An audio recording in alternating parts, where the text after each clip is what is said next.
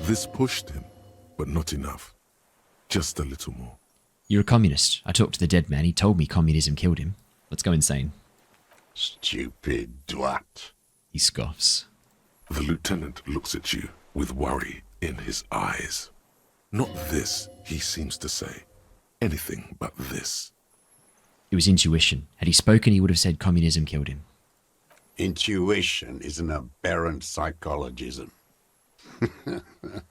It reeks of crypto-fascism. The parasite class use intuition to justify their rank in life. It's all just palmistry and magic, Earl creatures. Your brain is rotting from the radio waves. He looks in the air, then turns to the lieutenant. He does not answer the provocation. It does not look like he thinks this approach worked. Shit. Yeah, this just did nothing. Damn it. But still, somehow you knew it was a communist. How? Perhaps you suspected it before you took the case. The vision was you remembering that. But this did nothing. Was it supposed to? I will look deeper then. The inland sea is dark, vast, and on the surface, meaningless. Alright, turn back to him. Standing there, slack-jawed, brain festering. Come on, what am I forgetting? And I'll hit myself on the side of my head. Wait, here it comes. The goddamn Maybells. The dried Maybells on Clausia's roof. Oh yeah. There were Maybells in the grass when you got here.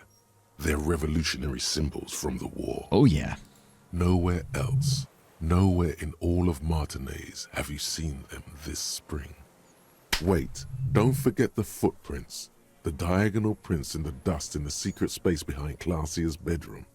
Now they're gonna come up. Of course. Thank you, Head. Thank you. You got it. Remember, the boot prints were like no modern soul. Maybe don't beat yourself anymore, though. You're not immortal. Those were Maybells behind a victim's window, and I'll show him the dried flowers. Damn Maybells. The whole island is turning white with them. He seems tender suddenly, nostalgic even. A strange mood swing. So many this year, too. The spring is coming. No, it's already here. Wash the filth away. Haven't seen these flowers anywhere else in Martinez, only here. They blossom on the islets before. We fertilize them with our blood. Resurrection was snow white in May, before they ruined it. South, the Bay of Martinez is dotted with little freckles of islets, turning green, with white flowers in white snow. The coast, too, before they piled their containers on top of it, filled with broken, useless trash for fat-fingered bourgeois children to play with. You must get around a lot to stay undetected all these years. Do you know any secret paths? Pinball workshops? I may. A young woman called Classier. Ring any bells, sir? These dried flowers were behind her window. Classier. He knows her, but hadn't heard the name. Yeah, Classier. You hadn't heard her name, had you? My ears don't reach the city. But you do know her, right? She had intimate relations with the victim, the mercenary. With the victim. He turns his sight from the whitening field of flowers and falls silent. Then the muscles in his jaw twitch. A spasm. There is a small tremble, looks like a smile, a crooked smile, yet isn't quite voluntary. He's about to burst. Don't leave any loose ends. Get him on everything. I wonder what brand of boots you're wearing. Everything is brands with you individualists. Who cares what brand my shoes are? Sansa? Some shit. Show me the souls, please, Mr. Doras. Fucking imbecile. The old man stretches out his leg. A black and white spiral pattern covers the sole of the worn-out old running shoes on his feet. The maker is called Sansarique, and the size is 42 to 44. Got him. These are not the unusual horizontal pattern soles you saw in the dust on the floor of the hidden room. They do, however, seem to be about the same size. The size fits, but not the soul. The lieutenant comes to the same conclusion. Wait, maybe it's easier than that. Simpler than that. Let's go. Sire, he doesn't have to be wearing them right now. Yeah. People change shoes. Doesn't mean you weren't there, near the room around the victim died in, sneaking around. Racking those brains, are you? Desperate to report something back to your masters? They must have really loved that dead fuck. The lieutenant gives you a quick sideways glance and nods to acknowledge. The prints were his. You can see it in those eyes. He can't keep them from flickering, looking for something. The old man stares at his own prints in the ash around the fire. Silent suddenly, some strange process within him. A gush of wind. Seagulls in the distance. You know who he was. A coalition-trained murderer. Armored and armed. He wasn't human. The blunt end of a hammer. Dripping with blood. He was a killer, but he was still under the protection of the law. Beating us to the ground. Moaning with joy. You hounds get so thorough when a company-trained killer dies. I haven't seen you on this coast for 40 years. You know, maybe I should have killed one sooner. There it is. Got your attention. Now you stop beating druggies and prostitutes in your basement. Now you come to investigate. Not when they die by the hundreds. This is it. Shot him. Shot him. Say shot him, not killed him. So you shot him. Oh, the inhumanity. One paramilitary less in Revachol. You can almost see him squeeze a tear out of his eye. His fists begin to tremble from the anger. The lieutenant raises his right arm to hush you. Hush. He does not need to be pushed anymore. The ball is rolling. While the lieutenant listens, holding his breath. I'll hold my breath as well. I had them in my sights. Both of them. Him and the whore. I was breathing with them, in phase, and I pulled the trigger and flew on the air until I landed in his mouth. He begins to smile. I didn't think I had a shot like that in me anymore. I did. I saw him kneel there with his mouth full of death, and that stupid look on his face. And his dick still in her. Then what? Nothing. I went to sleep. Next morning there were Maybells everywhere. The world was white, or what's left of it anyway. My last spring here. I knew the fascists would come to avenge their own. And so they did. Mr. Dross, are you aware you're confessing to murder? The lieutenant asks after a second of silence. Yes. A single word is all he gives. And you were looking at them, the victim and a young woman, having sex, through the scope of your rifle that night, before you shot him? The lieutenant takes out his notebook slowly, very slowly. The old man nods. Why? Because that's what they were doing. He shrugs, then smacks his lips. The motive. This is where the motive is going to come from. You can coax it out of him. The lieutenant's preparing the ground. I don't understand. Do you, detective? I don't understand this part. Why were you looking at them that night? I'm always looking. Yeah. He cocks his head to the side, then turns his eyes to the city. Another tremor passes his right side, lower in intensity. Are you always looking through the scope of a rifle? I'm just trying to understand. A rifle scope has the best magnification. And if you don't like it? Click. He pulled a trigger. Yes. Think of it as a form of critique. He will not stop now. These dialectical materialist types never do. Exploit it. You got him going. Connect every little piece now. Wrap this up like a gift. Start with when he first saw him. It It will give him a chance to ramble. When did you first see the deceased? 3 weeks ago, when the rich hag came in on her galley. Her honor guard came in tow. Joyce. He means Joyce. You mean Joyce Messier, the Wild Pines rep? Wrinkled up whore. What is it with these whores and pederasts? Aren't you a communist? Black sexual morals are a bourgeois ploy. As to pederasty, the party legalized it in '04. My party, not your liberal masters. So don't you sermonize me, you racist shithole. It's still bourgeois when the bourgeois does it, fiddling with their sexual organs. Moving on, the victim arrives some time after her. They moved into a deserted apartment above the roundabout. Radio equipment out for all to see. Reactionary radio playing, sloppy and drunk.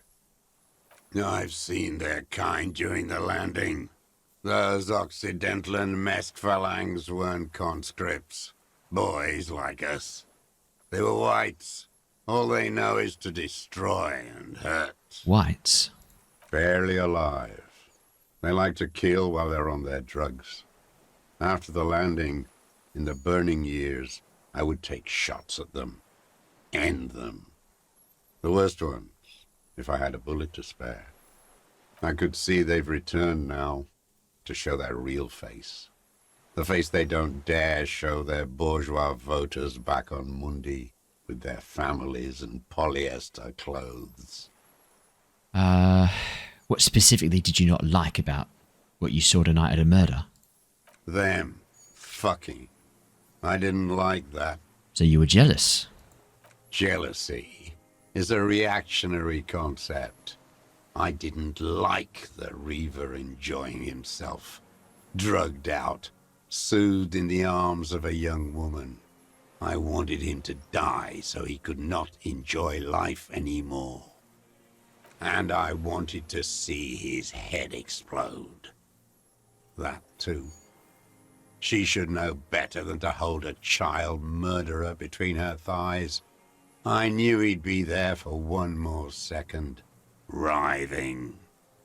That's all it takes for the bullet to reach his head. Now that I think of it, I wasn't aiming for his mouth. I wanted his brains to spill out on her. Gross. But you can't have everything. As a psychopath. This man has seen past her, like you did. And now he longs to see her covered in blood. To punish her. How long have you been watching her? Since she came to Martinez. I saw her sneaking in the reeds early in the morning, behind the Fell building. It was dark, still winter. She didn't have her skimpy outfit on then, just a spot in the night, moving. Past the Fell building on the coast? What was she doing there? Hiding something in the water.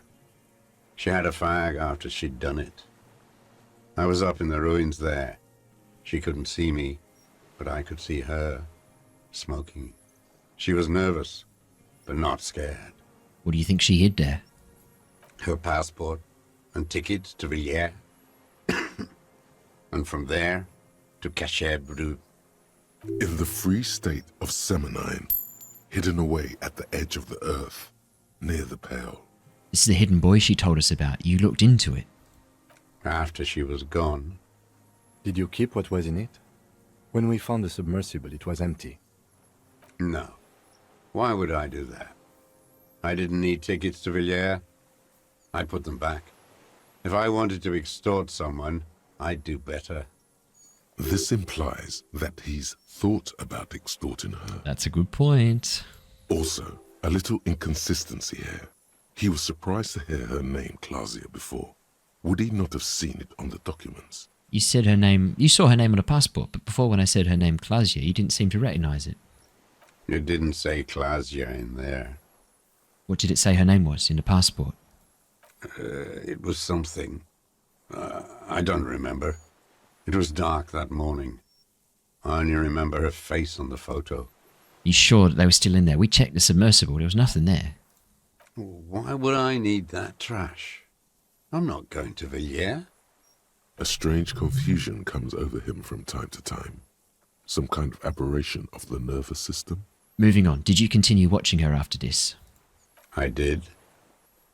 She had a face like an archipelago with those birthmarks, and a body hard and lean and bruised all over, black and yellow.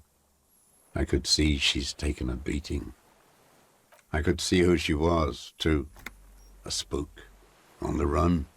Revishal's the cloaca of capital now. All the bagmen and arms dealers end up here to do drugs and have sex like animals. You could tell she was a spook from the documents? She had different color hair on the photo, and glasses. Forged. Some sordid bourgeois affair.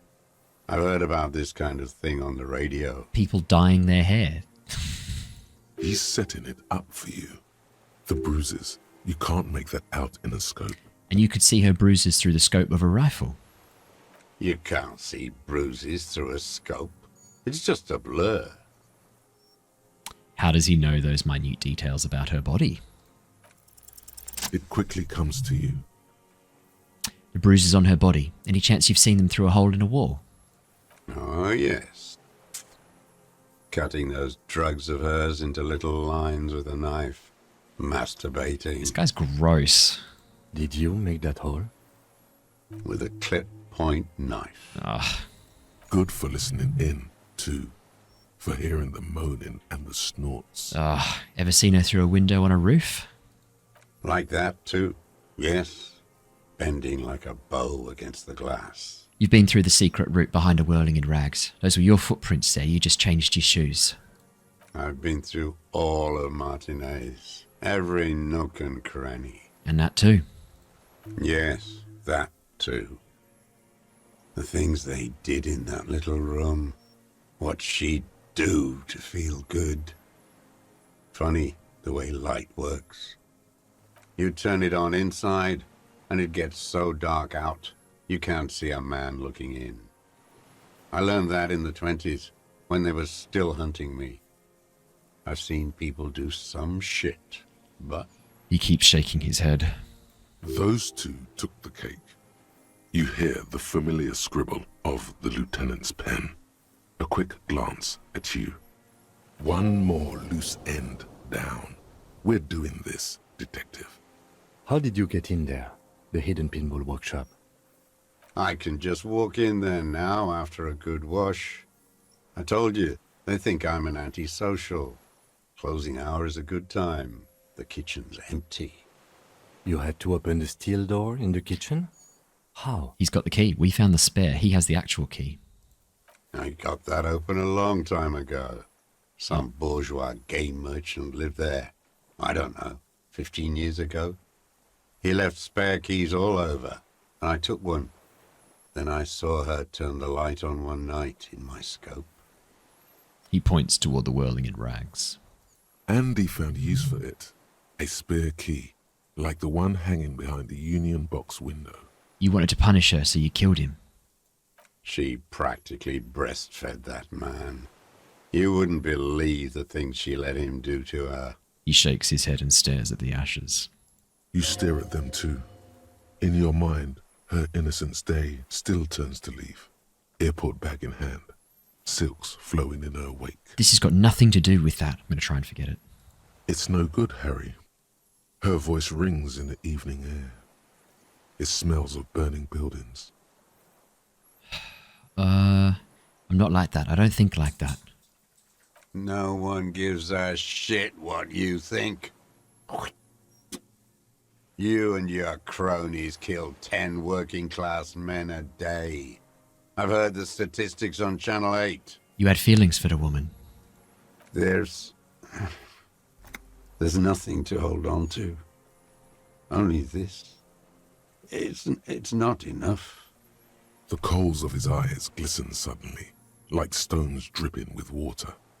Is he crying? Man needs to feel something else. It helps if you have your eye on something there. Something pretty. It's weakness, I know. Was that why you left the dried flowers behind her window? No, Why then? I don't really know. I was there one night and she was crying, like a child, in the corner of her room on the floor, like she does sometimes. When was this? The day after I killed him. And you brought her Maybells? Yes, I don't know why I do the things I do anymore. It's as if something put the thought there to leave the flowers. Something put the thought in you. A compulsion. What do you mean, put? He raises his eyes. They're round and wide. A brief flash of terror. I just got this feeling from what you said. Do you agree? Maybe. I told you, I have holes in my brain now. I wouldn't just sit here waiting for you. If you came 10 years ago, I would have killed you. In the silence, the lieutenant draws a line in his notes, then nods at you once more. One more down. So in conclusion, it wasn't about him. It was about her. Her. He repeats, staring at the ashes, then the reeds. There's a twitch in the corner of his eye. The lieutenant nods at you in acknowledgement. That's it. Motive. We have it. Where is she, that Clasier? I haven't seen her there for days. She got away, but led us here first. She figured out someone was watching her from the sea fort. Gone. I knew it. She kept staring into the scope this last week, at the island, like she knew. She'd look, at night, crying or smoking on the roof, staring right into me. It doesn't matter. Midtown, across the Bay of Revachol, the oceanic wind washes 40-story towers.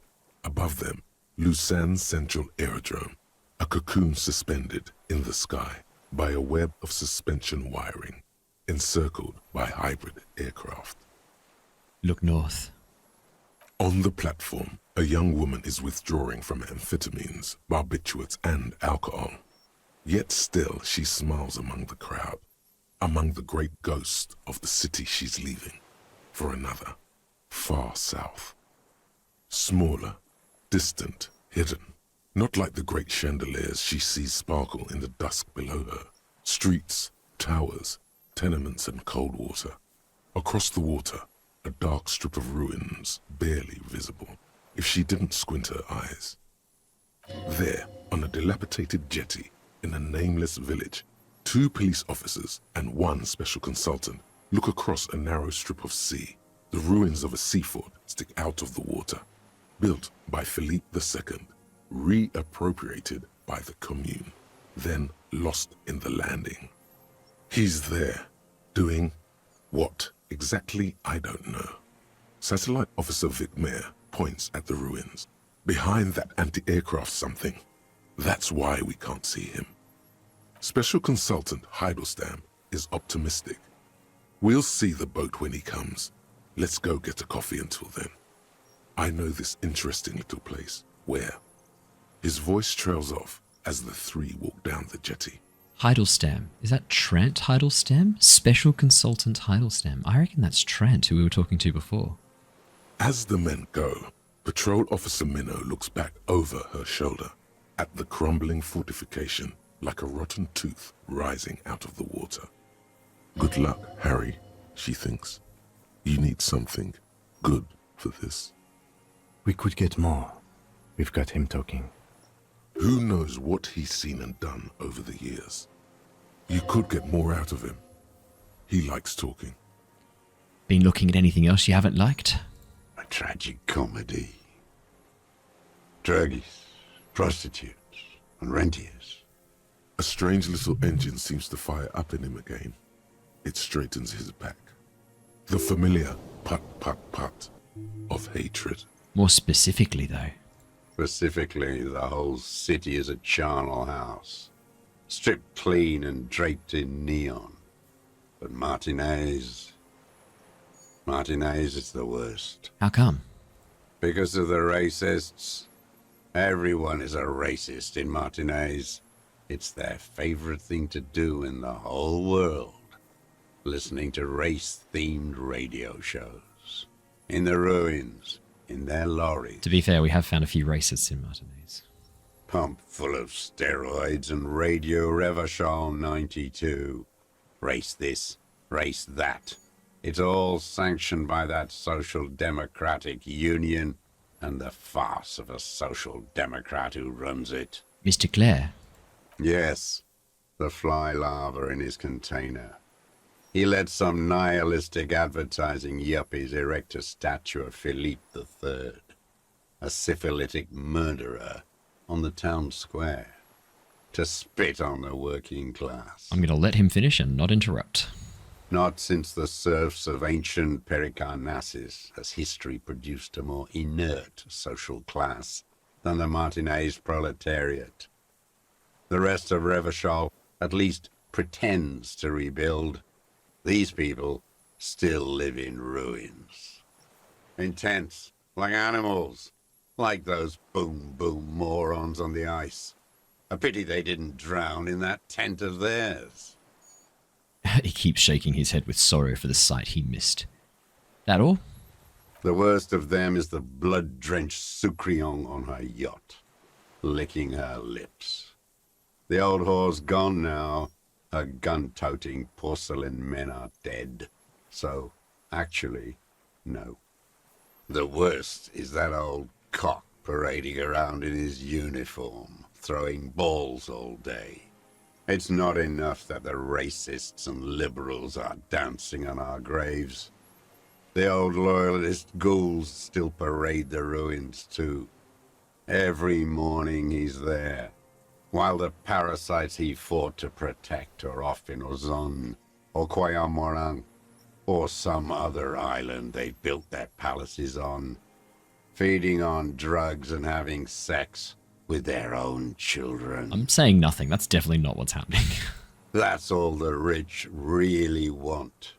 Sex with their own children. No. Throughout history, even the royal bloodline of the suzerain, it's all just an excuse for them to have sordid sex. At least that old cunt, Frisell, is now dead. Alright, now I have some questions about this. Oh, actually, let's just not. Let's see what else he'll say. No, do I want to? I hate what he's saying. Alright, one more. We did good when we pushed him under that horse car. If only, in the 30s, those disco whores...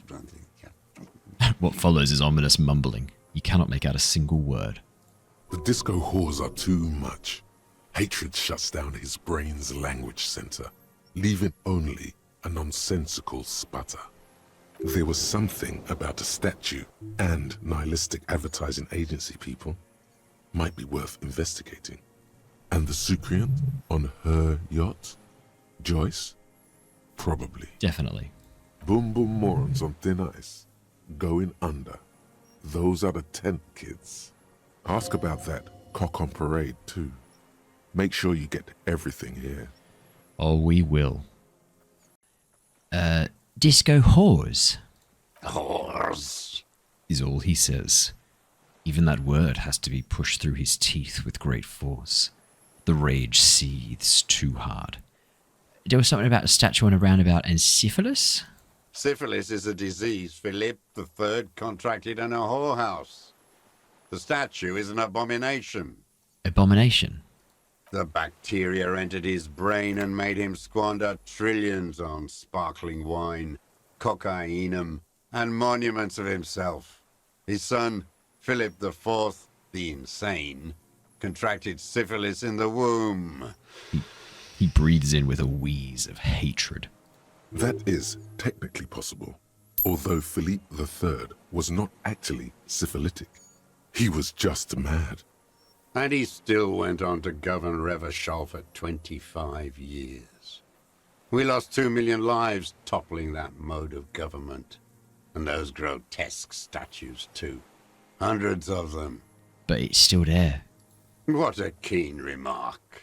Yes, it is, isn't it? It's still there. Do you know why? I don't know. I do.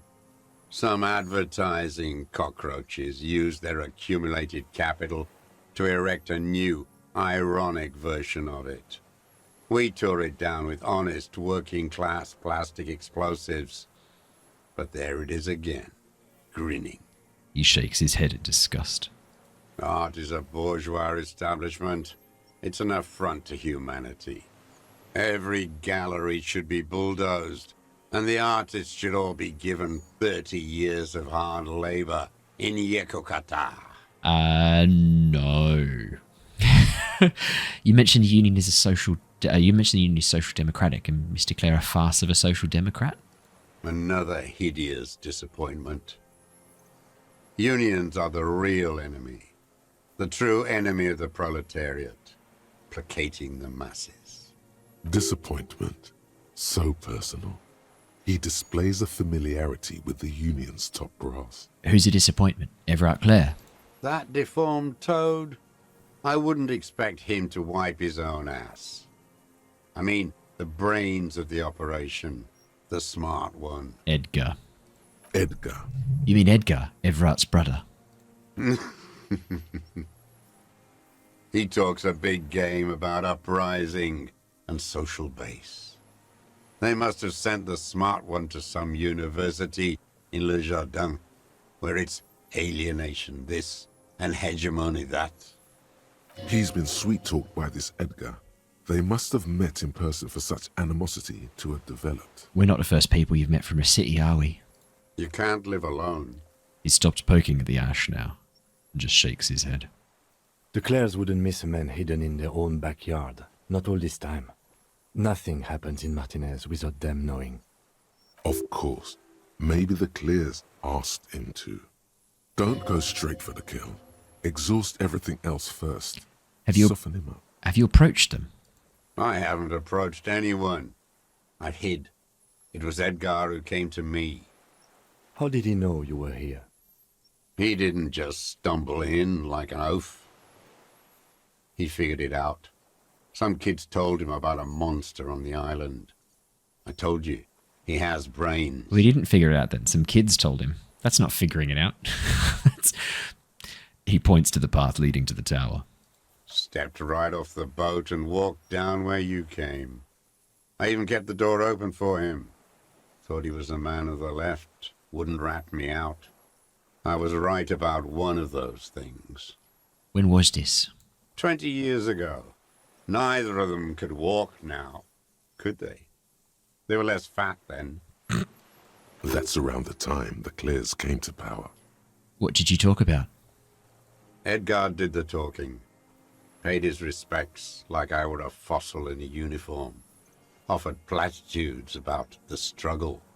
Flaunted his pink degree. Even quoted Mazov. Never trust a social democrat who quotes Mazov.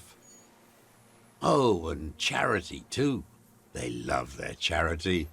Offered me blankets and social housing. I still have the gas cooker he brought. And he let you be here? Let me be here? The ZOC is an unlawful successor of the Commune of Revachol. We took this fortification from the Loyalists. Even the Clares understand this. Mate, you lost the war. It's just you. Like, by that logic, this isn't yours. They let him be here. Understanding was a courtesy. But why such a courtesy? Mr. Dross, did you kill a Crenel mercenary for the Clares to incite a riot? You know why I killed that fucker, Dwat. As to Edgar, I'm not doing anything for that swine again. Again? Again? What have you done for Edgar before? He's killed people for Edgar before. Tried teaching him some Marzovian socioeconomics. They didn't stick. We parted ways. The missing union person. The missing woman. Okay, he didn't do the hanged man for them. But he's insinuating something. The connection comes to you like a splash of cold water. Dark, cold water. 20 years ago when you met Edgar, Clares didn't run the union yet, did they? Hey. A sputter from the old man. He acknowledges it. Here we go.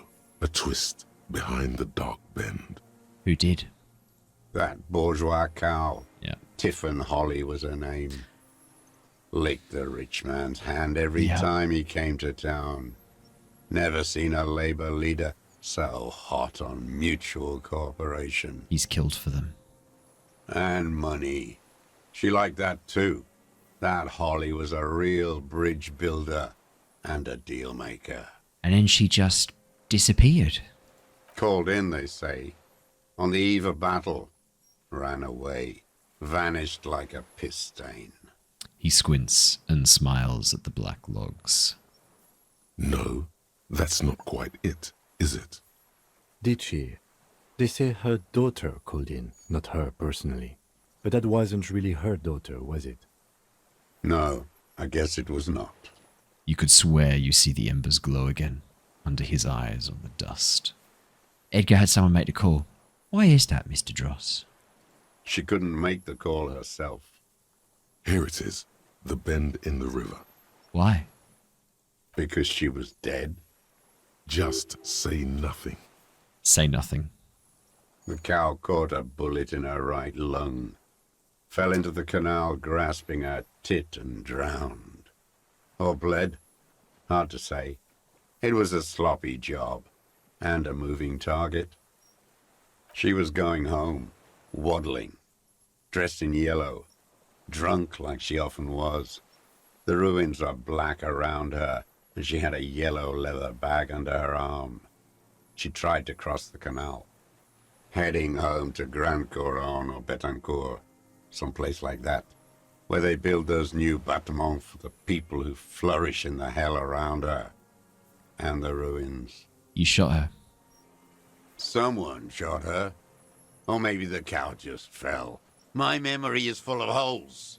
All I know is nothing changed. Not in the material base, not in the hegemony. There was no uprising. Just words.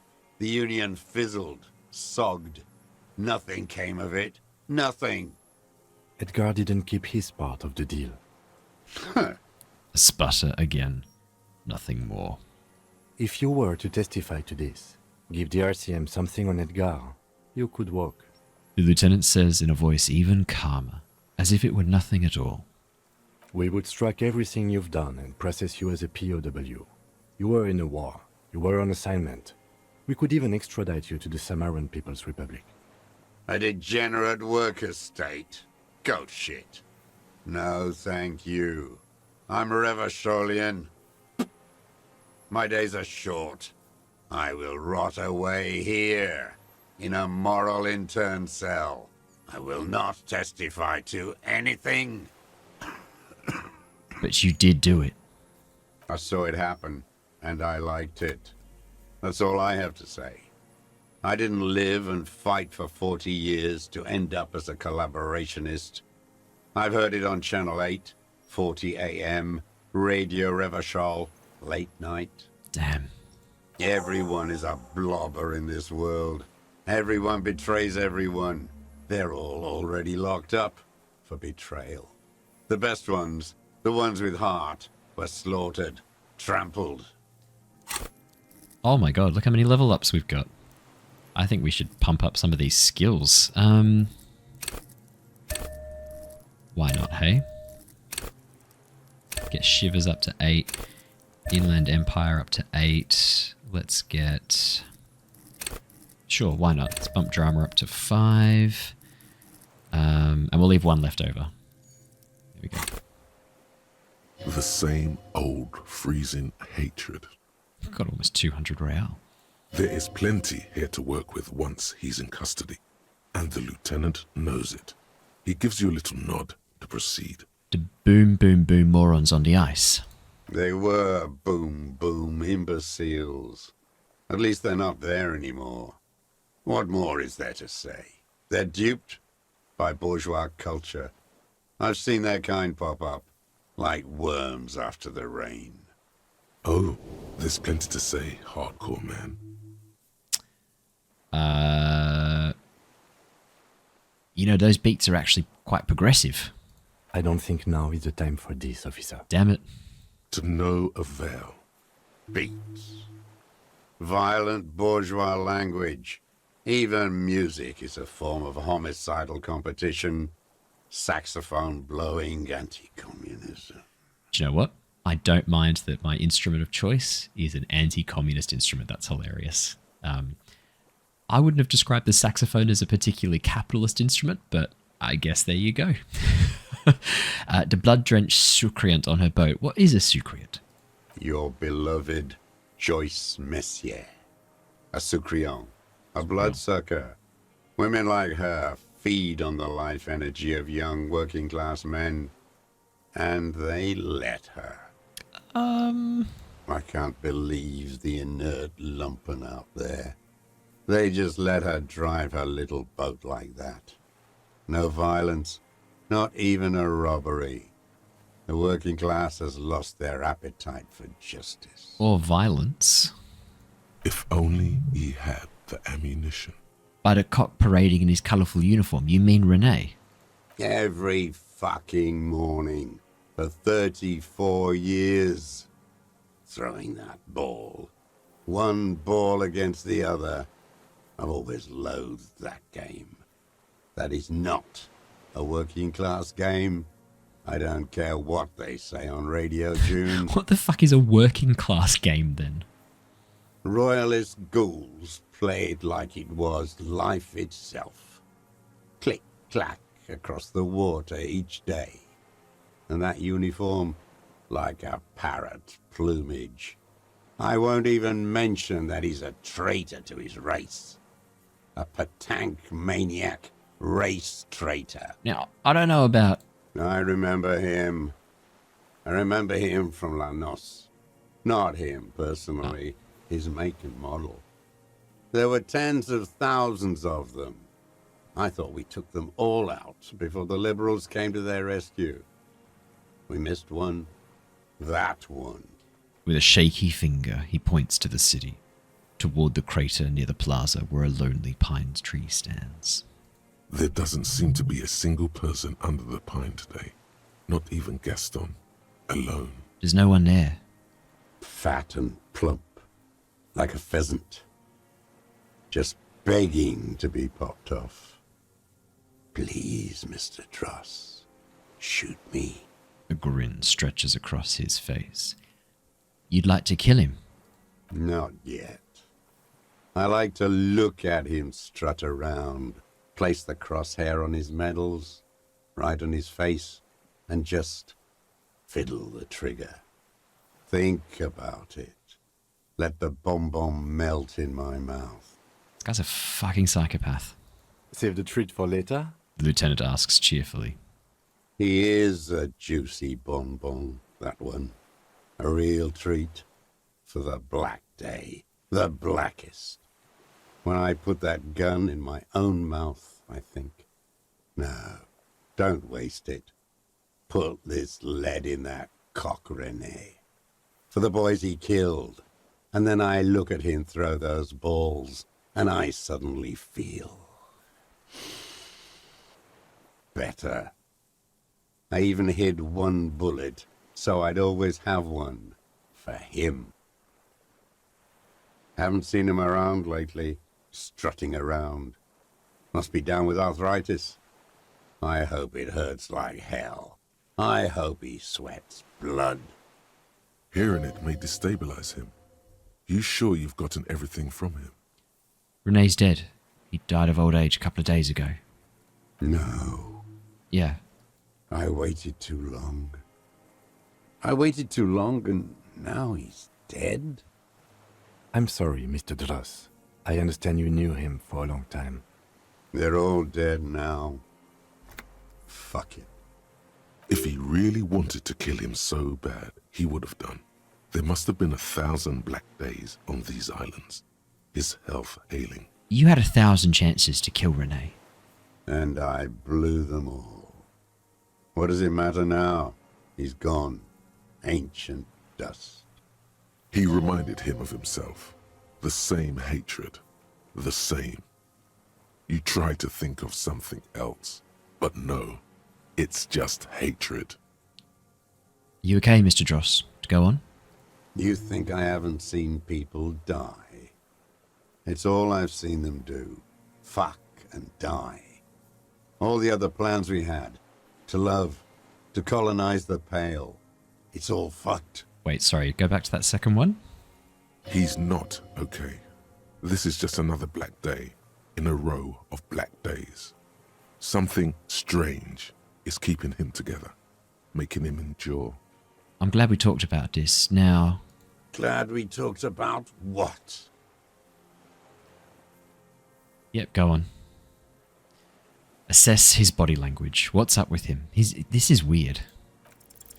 What strikes you about this gaunt man is not the stomach pain, or the cough, or the malnutrition. For a man who's spent 44 years hidden in the urban wild, He's surprisingly okay. indeed, he speaks fluidly. His movements are rapid, if erratic. His voice, despite the cough, is there. It is capable of expressing complicated ideas.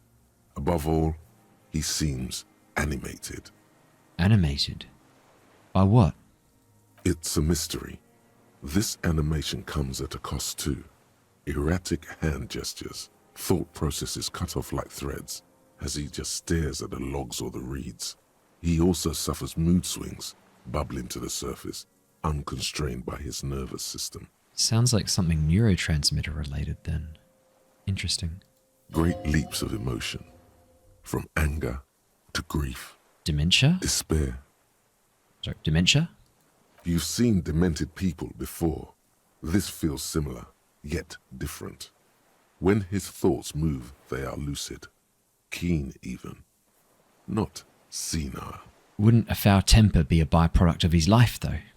Perhaps, but his seems more than that. The inner turmoil takes unexpected turns, as if forced on him in a way. In summary, you sense some underlying neurological disorder. Mr. Dross, are you okay? How is your memory?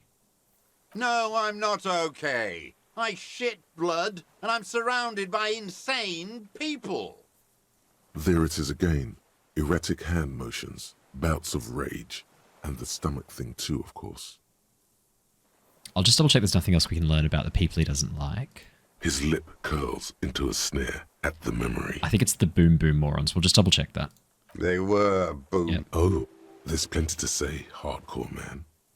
Indeed, what more could there possibly be to say about those beats? Beats. No, okay. Glad we talked about what? No, okay.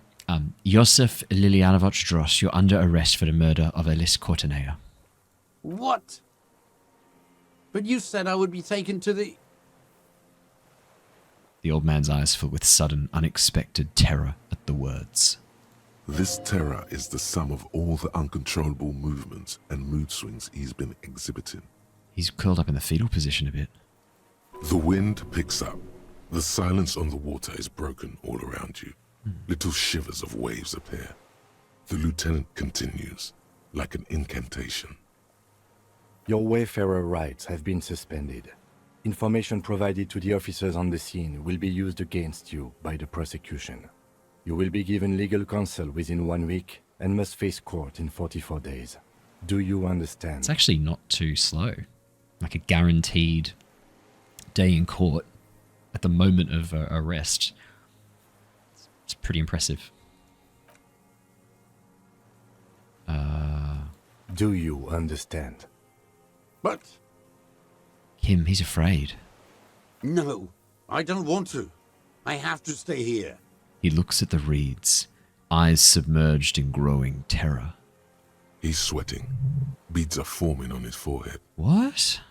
Your confirmation is not required, sir. Now on to the boat. I'm not going to ask if it has room for 3. Hearing. Legendary. Perception. Can we bump up our perception at all? What is our perception? 7. I will first say. Does it have room for 3? Not really. We could escort him to the pier, then either one of us can take him inland while the other stays here, but... But then, who watches him while you're coming back here? Who watches him there while I come back for you? You come back for me? How about I go and send a boat back for you? What is this farce? This is a fucking farce. I can't. Something is happening. Stop. Lillian. You could ask her, maybe. Okay, let's give it a go. There it is again. To your north, as it has been since you came to the coast. The reeds whisper, stalks rubbing against each other. But then, in the middle of it, What? something completely different. It sounds like a bow, very slowly being drawn against the strings of a violin. A very small violin, made of reeds and rushes. Okay. Maybe there is room for 3 on the boat. Shh, Kim, do you hear that? What? What are you talking about? Is this really us? Your skin crawls. What?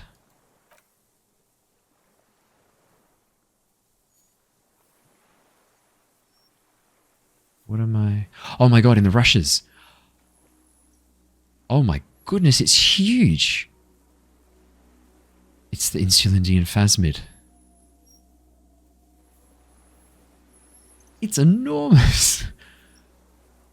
A What? delicate tangle of arms and legs unfolds from the reeds, limb by limb, to then just stand there, moving its scythe-like arms in ghostly silence.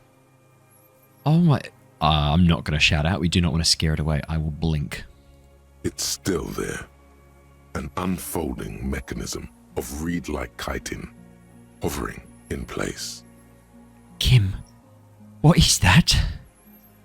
What are you talking about?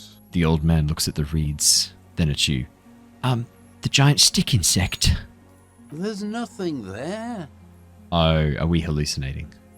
Ah, The stick insect is over 3 meters look tall. at the face. It looks straight at you with its tiny pinprick eyes and its grotesquely small head. You feel your legs shaking under you and your gun hand move to your holster to grab the gun. There is. I see it. Tell me what you see, damn it. I can't make out one small thing in the reeds. And his eyesight's incredible. We know that for a fact. And he can't see this. Kim, can you see it? I can see it. It gave me goosebumps. 4 simple words. Yeah. Thank God. If he can see, then you're not insane. But that means it's really there, spinning slowly, in absolute silence, its limbs long and slender. Be very, very careful. The lieutenant whispers, then takes a step toward the giant arthropod. Oh my goodness. Oh, okay. Yep, fair enough. Oh, can you hear it?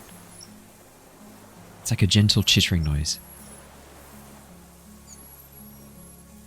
Huh. Okay, hang on. Let me just double check. Do we need to change any of our clothes over? What do we get? I got the rifle. Do we want to equip our gun? I don't think we're going to shoot it though, are we? I don't want to shoot it. No, I don't think there's anything else we want to change here. I think we're good.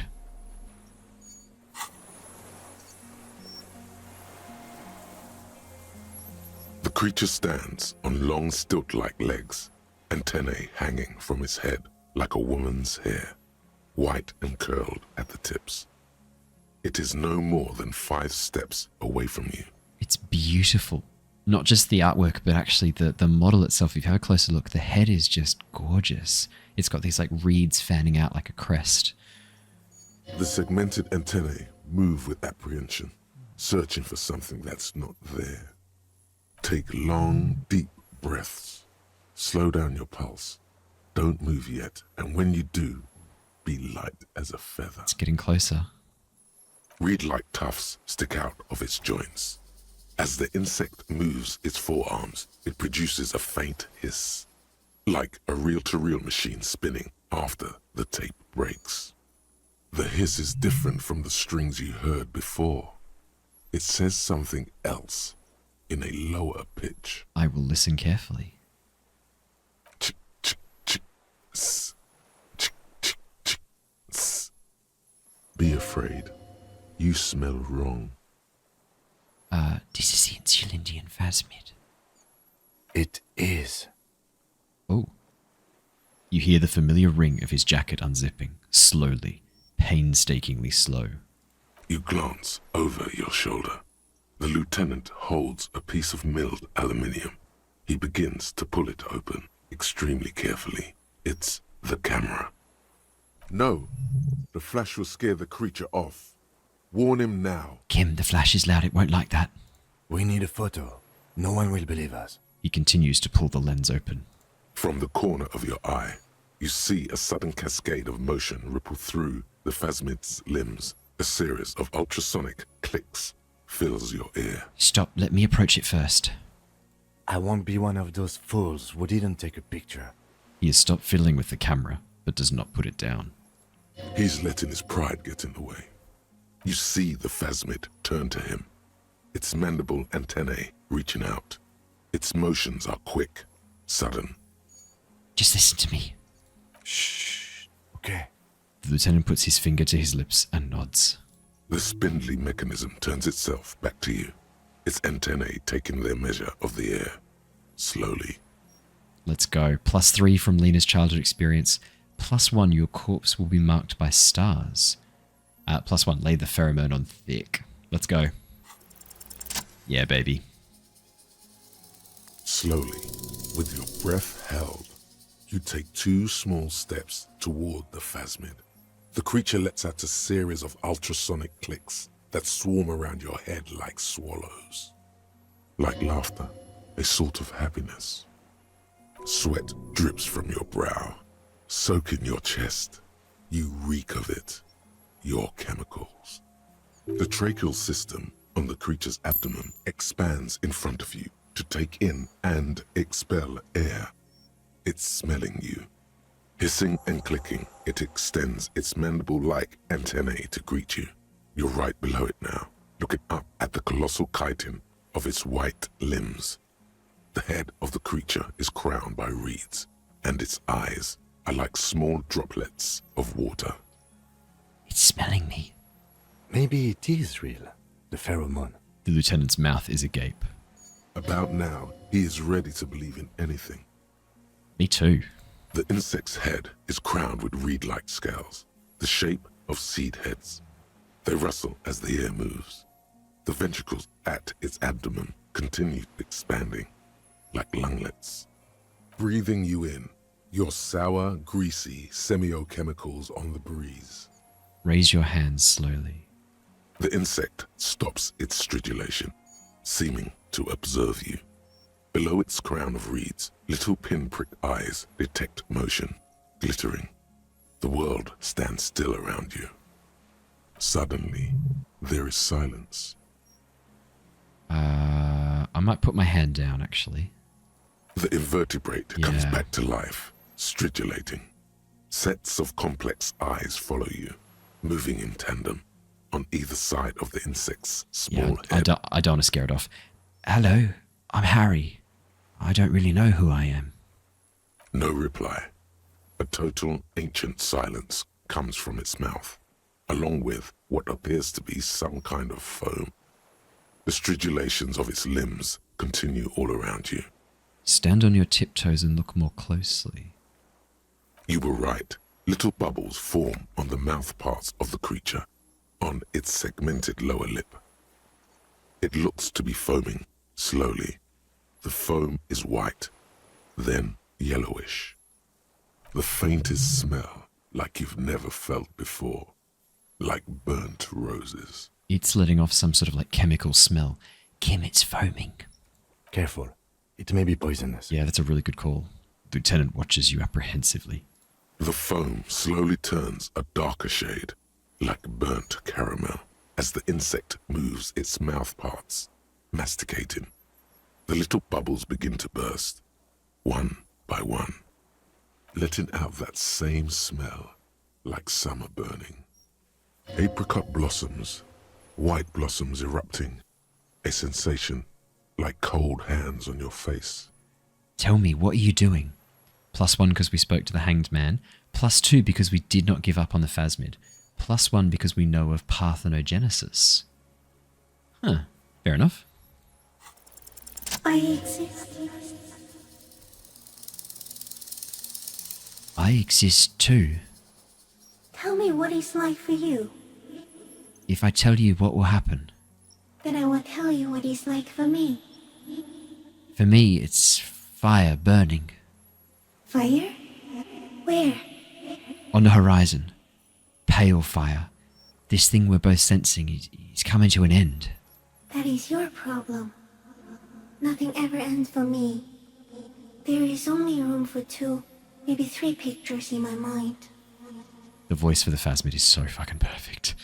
For me, it is a series of half-lit images, a kind of darkness being intruded upon, transient, dim, moist. So what if the next picture doesn't come? This creature is not the photographer, just the camera. Intruded upon? By what? Shapes of plants and animals, and internal sensations. A swarm of sounds, tiny vibrations on the inside of my forearms. All speak of complexities totally beyond my understanding. It's all the sensory input. I am at the end of a narrow funnel, weightless, so light, it only feels like something to be me. In truth, perhaps I'm nothing.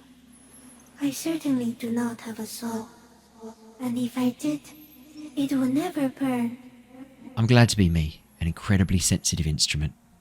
Few of us can begin to imagine the horror of you, with all of creation reflected in your forebrain.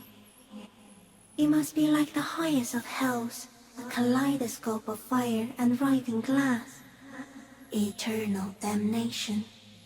Even when you're sleeping, and when you wake, you carry it around on your neck, with eyes open that cannot help but swallow more behind the mirror. I feel great, mute empathy for you. It was disorienting at first, but I'm keeping my shit together. That must be incredibly hard. The Arthropods are in silent and meaningless awe of you. Know that we're watching. When you're tired, when the vision spins out of control, the insects will be looking on, rooting for you. Aw. And when you fall, we will come to raise you up. Bud from you, banner-like, blossom from you and carry you apart in a sky funeral, in honor of your passing. But not me, because I'm just a leaf eater. Oh, the locust traps would never have worked. It's nice that the insects are rooting for us, and when we die, they'll eat our corpses and flourish in our bodies. In honor of your shit, Lieutenant Yefreitor, which you kept together in the face of total unrelenting terror, day after day, second by second. Detective, arriving on the scene. I'm a detective. So am I. I was born to detect sucrose rewards and semiochemicals. What were you born to detect? I was born to detect you. Yes. No one detected me for such a long, long time. For thousands of years. I dithered, out of sight. Trapped myself in greenery. This is my masterpiece. No one believed I exist. Almost no one. Until you came, detective. Dripping off blood that smells like strawberries. Across the calm sea. The first in 1,000 years.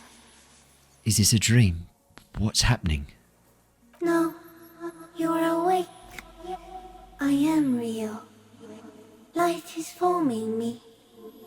This is real. Do you know what the voice reminds me of? Fi from Skyward Sword, the voice of the sword that becomes the Master Sword in Legend of Zelda, Skyward Sword. It's just occurred to me that's what the voice reminds me of. Where does this come from? All this around us, the world? Not even the birds know that. Not even the water lilies. We need to know. Perhaps it's sent to us by a god? I think we should eat it. If it's a leaf, you can put it in your mouth. Or read. Yum yum. I'm not sure what I was expecting from a from an insect. Wait, so So you look like a reed and you eat reeds. Yes, they don't mind. Have you accidentally eaten another reed, Phasmid?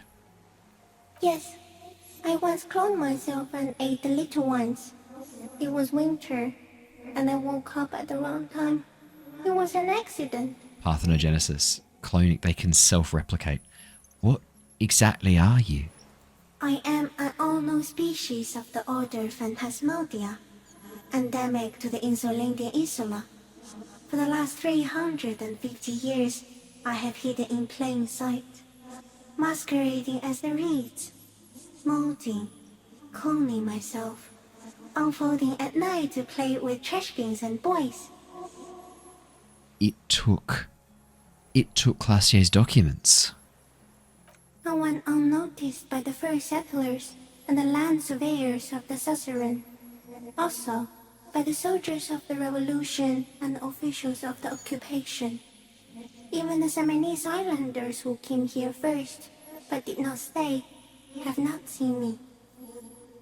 I have stayed hidden through 4 forms of government and 2 scientific revolutions, until I was accidentally discovered by a detective of the city's militia in Revershaw, district of Martinez, March 51. That's insane. No, you are. The moral of our encounter is, I am a relatively medium life form, while it is you who are a total extreme madness. A volatile simian nerve system ominously new to the planet. I mean, we would be. Humanity's a fairly newly evolved creature. The Pale too came with you. What? No one remembers it before you. The Nidarians do not. The radially symmetrics do not. There is an almost unanimous agreement between the birds and the plants that you are going to destroy us all. What? Snidarians will be jellyfish. That's the order of life that jellyfish belong to. One of the oldest forms of life that we know of. So the Pale came with humans. Wait, the Pale is human-made? It is a nervous shadow cast into the world by you, eating away at reality. A great, unnatural territory. Its advent coincides with the arrival of the human mind. Interesting. So it's almost then like the noosphere intruding in on the world. The noosphere is like the realm of thought and consciousness. Interesting. Okay, I don't have that kind of power. You're a violent and irrepressible miracle. The vacuum of cosmos and the stars burning in it are afraid of you. Give me enough time, you will wipe us all out and replace us with nothing. Just by accident. How? We suspect it will be something like the oxygen holocaust that wiped out anaerobic life 2.6 billion years ago, when organisms first started breathing. Only much worse. Happened in our fossil history as well. Basically, the early precursor of plant life created so much oxygen as a byproduct of their metabolism, like our trees and algae do today. The oxygen content in our atmosphere spiked so quickly that a lot of life couldn't adapt. It was a disaster for life. A little bit like what happened not long after the Cambrian explosion, when life went nuts and then suddenly disappeared again. Okay. instead of air, you exhale thoughts. There are no trees that eat thoughts. So it's linked. Okay, yeah. It is. It's the noosphere. It's the collective consciousness of humankind is the Pale. Maybe? I don't know. Working theory. Worse how? Everything your eyes touch goes back there, behind the nose mirror. What if you blink? Are we still here? Please don't blink. What if he misplaces us all one day? Or just forget? I've already forgotten the whole world once when I drank too much. Have I always thought this way? Yeah, I want to ask that first. Have I always thought this way? No, you're only thinking it now. This is a revelation. I've already forgotten a whole world once when I drank too much. So it is already happening. Soon, one of you will close your eyes and open them to see that none of this ever existed. Kim, am I having a violent epileptic seizure? It doesn't look like that, no. What does it look like? You're just staring at it. Then I think I'm having a vision about the final fate of mankind. Okay. Is it somehow related to the case? The case? Case is meaningless compared to this. I've totally transcended the case. No, I'm going to go sort of. I think we should take the picture, and then you should back away from the unstudied species. I have to say goodbye now. I have no more thoughts. That was all. No, there is one more. Of all the creatures I've met, you are the most beautiful. Thank you. I also have one more thing to say to you before you go. That woman, turn from the ruin. Turn and go forward. For all mankind. I will try. She was held on Earth. It doesn't take a 3-meter stick insect to tell you that. Alright, Kim. Take the picture. Okay. With a slow ring of metal, the lieutenant slides the lens open and raises it to eye level. There is no change in the insect's motion while it's being aimed by the camera. It remains fixated on you. In 3. If it moves, you jump back. I'll shoot. Here we go. 3, 2, 1. I really hope he gets the picture, but I'm calling it now. I think something's going to happen and the picture's not going to work. The shrill flash of the camera cuts the air like the blade of a sword. The phasmid freezes in its bright light. Head turned toward the lieutenant, hypnotized by the flash. It stands frozen before you. That is stunningly beautiful, that picture. The sweat on your arms feels cold as ice, as if you're frozen as well, in the shadow of this great statue of chitinous marble. I got it. You hear the lieutenant whisper as the creature's shape develops onto photo paper in his hand, a polychrome ghost of white streaks against the reeds and sky, and you as a shadow before it. For all time. I'm going to slowly reach out and touch the creature's whisker. The antennae hang from a great height. With your hand shaking, you barely touch the tip of the left whisker. On contact, the chitin curls into a spiral, like the tip of a poison ivy. Its touch on your fingertip feels cold, ticklish. It is surprisingly delicate, the curly end of the whisker, like a young vine. It's even a bit wet. Be careful, detective. It's moving. I'll look at my finger. You were right. It glistens with some kind of moisture. The creature in front of you stays frozen. Lick your finger. This seems like a really dumb thing to do. I'm going to lick my finger. It tastes like sugar, very faint. The anthropod towers above you, tufts of reeds pointing from limb and head alike. Odorless, mostly comprised of water. Carefully pet its scythe-like forearm. The limb before you is incredibly light, like eggshell. It's much lighter than a reed. You feel a soft push could tip the creature over. Its hollow exoskeleton collapsing. Warning! Warning? I'll pull my hand away. I'm going to listen to reaction speed. I'll pull my hand away. A sudden shiver passes the limb. Looks like the creature is awakening, wave by wave from its stupor. Some sort of countdown process is happening. That's all you have time to think. It's time to back off. Yep, we got it, Kim. Another shudder pulses through the creature's limbs.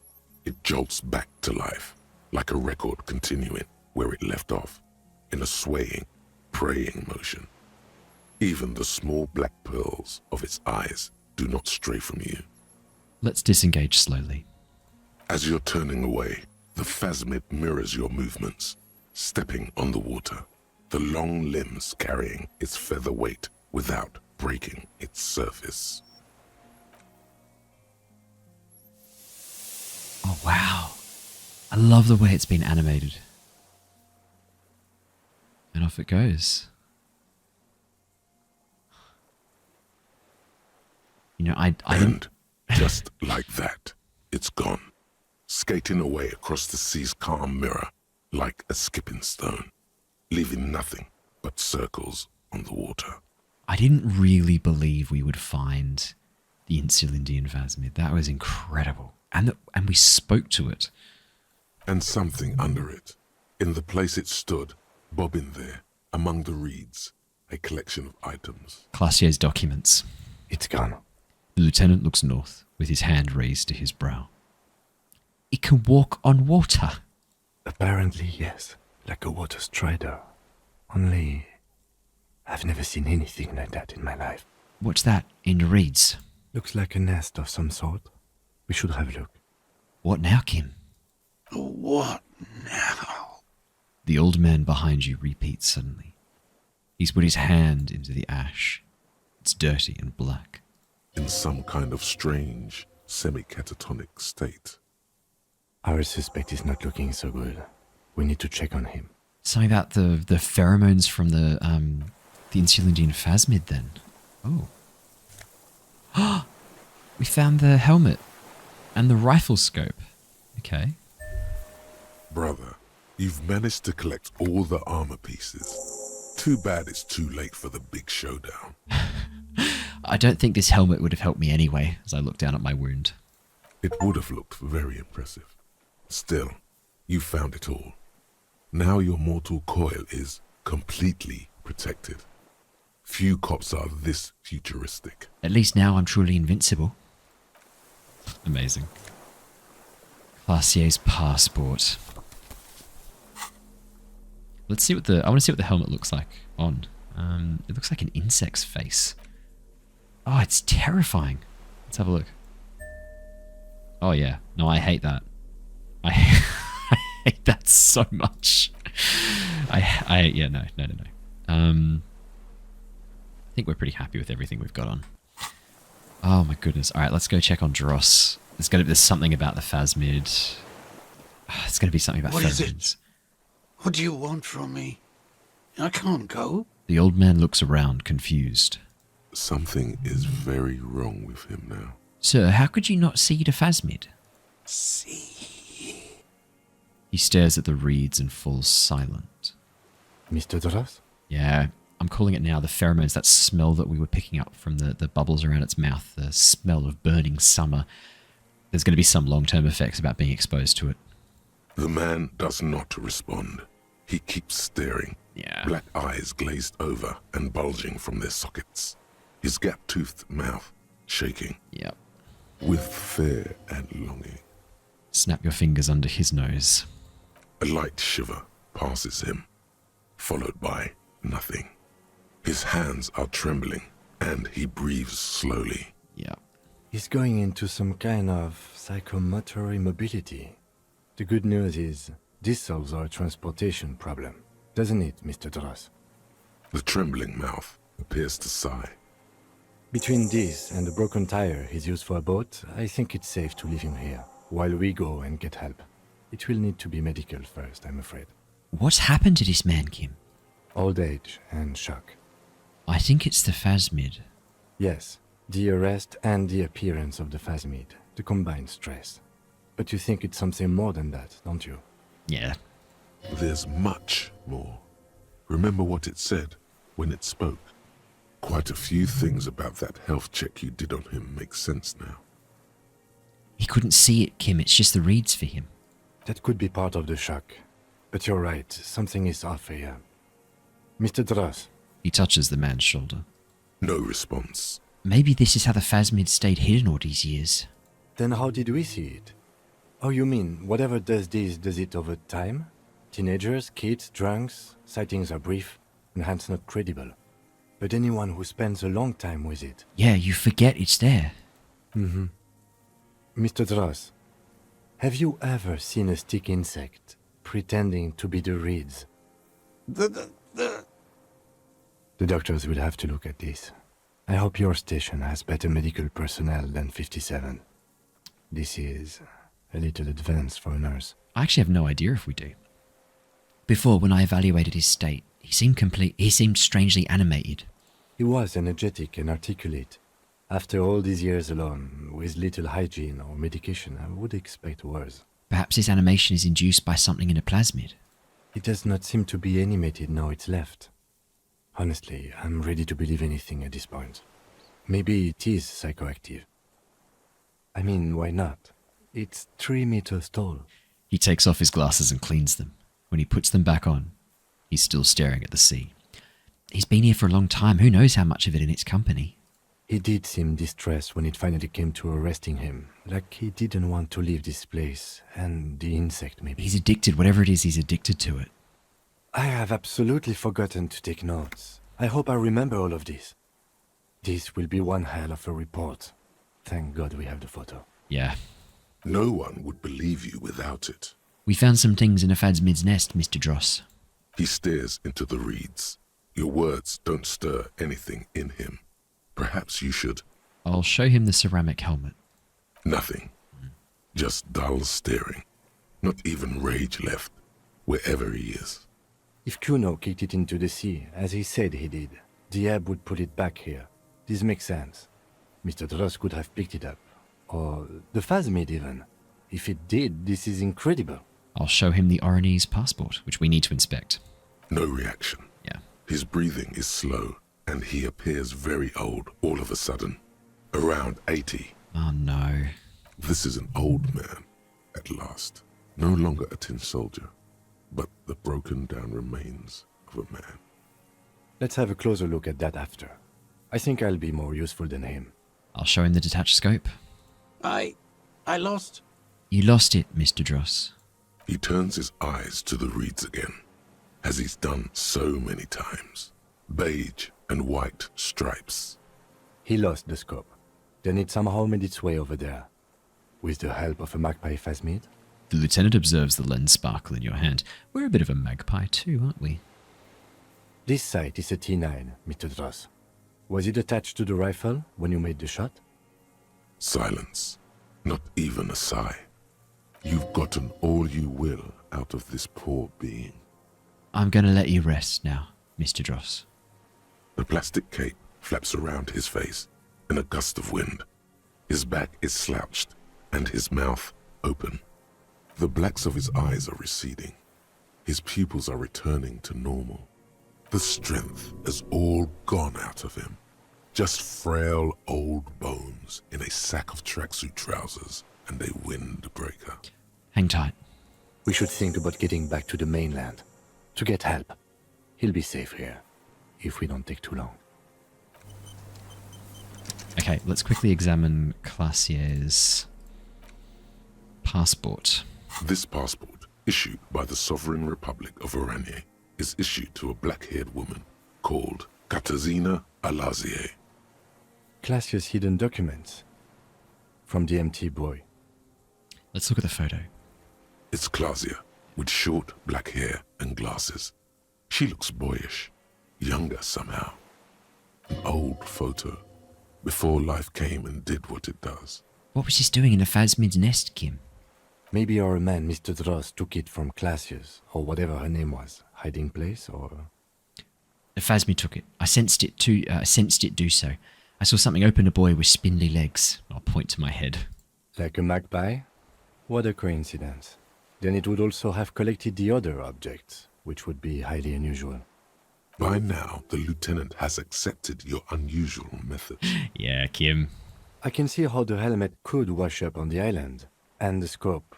Maybe Mr. Dross lost it. But to seek this out would be very unusual behavior for an arthropod. Would it? Maybe it was simply curious. A curious octopus would do something similar. Or even a cuttlefish. Maybe it was curious, like an octopus. An octopus belongs to a very different class. It's not even an insect, it's a mollusk. But yes, I see your point.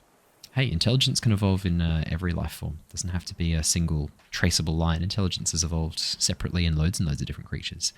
It says Katarzyna Alazie? She said it would be for Anouk Meyer-Smith. Anouk Meyer-Smith. Katarzyna Alazie was supposed to be her real name, where Klasia comes from. Remember? God damn it. I told you she kept lying to you. She's probably lying to someone else right now, in another city. Katarzyna Lazier was supposed to be her real name. She lied to us. Yes, somehow she managed to lie to us one more time. In a way, she's still lying to us right now. The lieutenant smiles. What's her real name then? I don't know, but it's not Katarzyna Lazier or Glacier or Anouk Meyer-Smith. We didn't even scratch the surface with her, detective. Damn it. Perhaps it's better that we didn't arrest her. Who knows what hell she'd be raising in my district by now. The winds are silent. The streets are empty of her. She is no longer in the city of Revachol. We'll put the passport away. Damn. I wonder if we could have done that any better.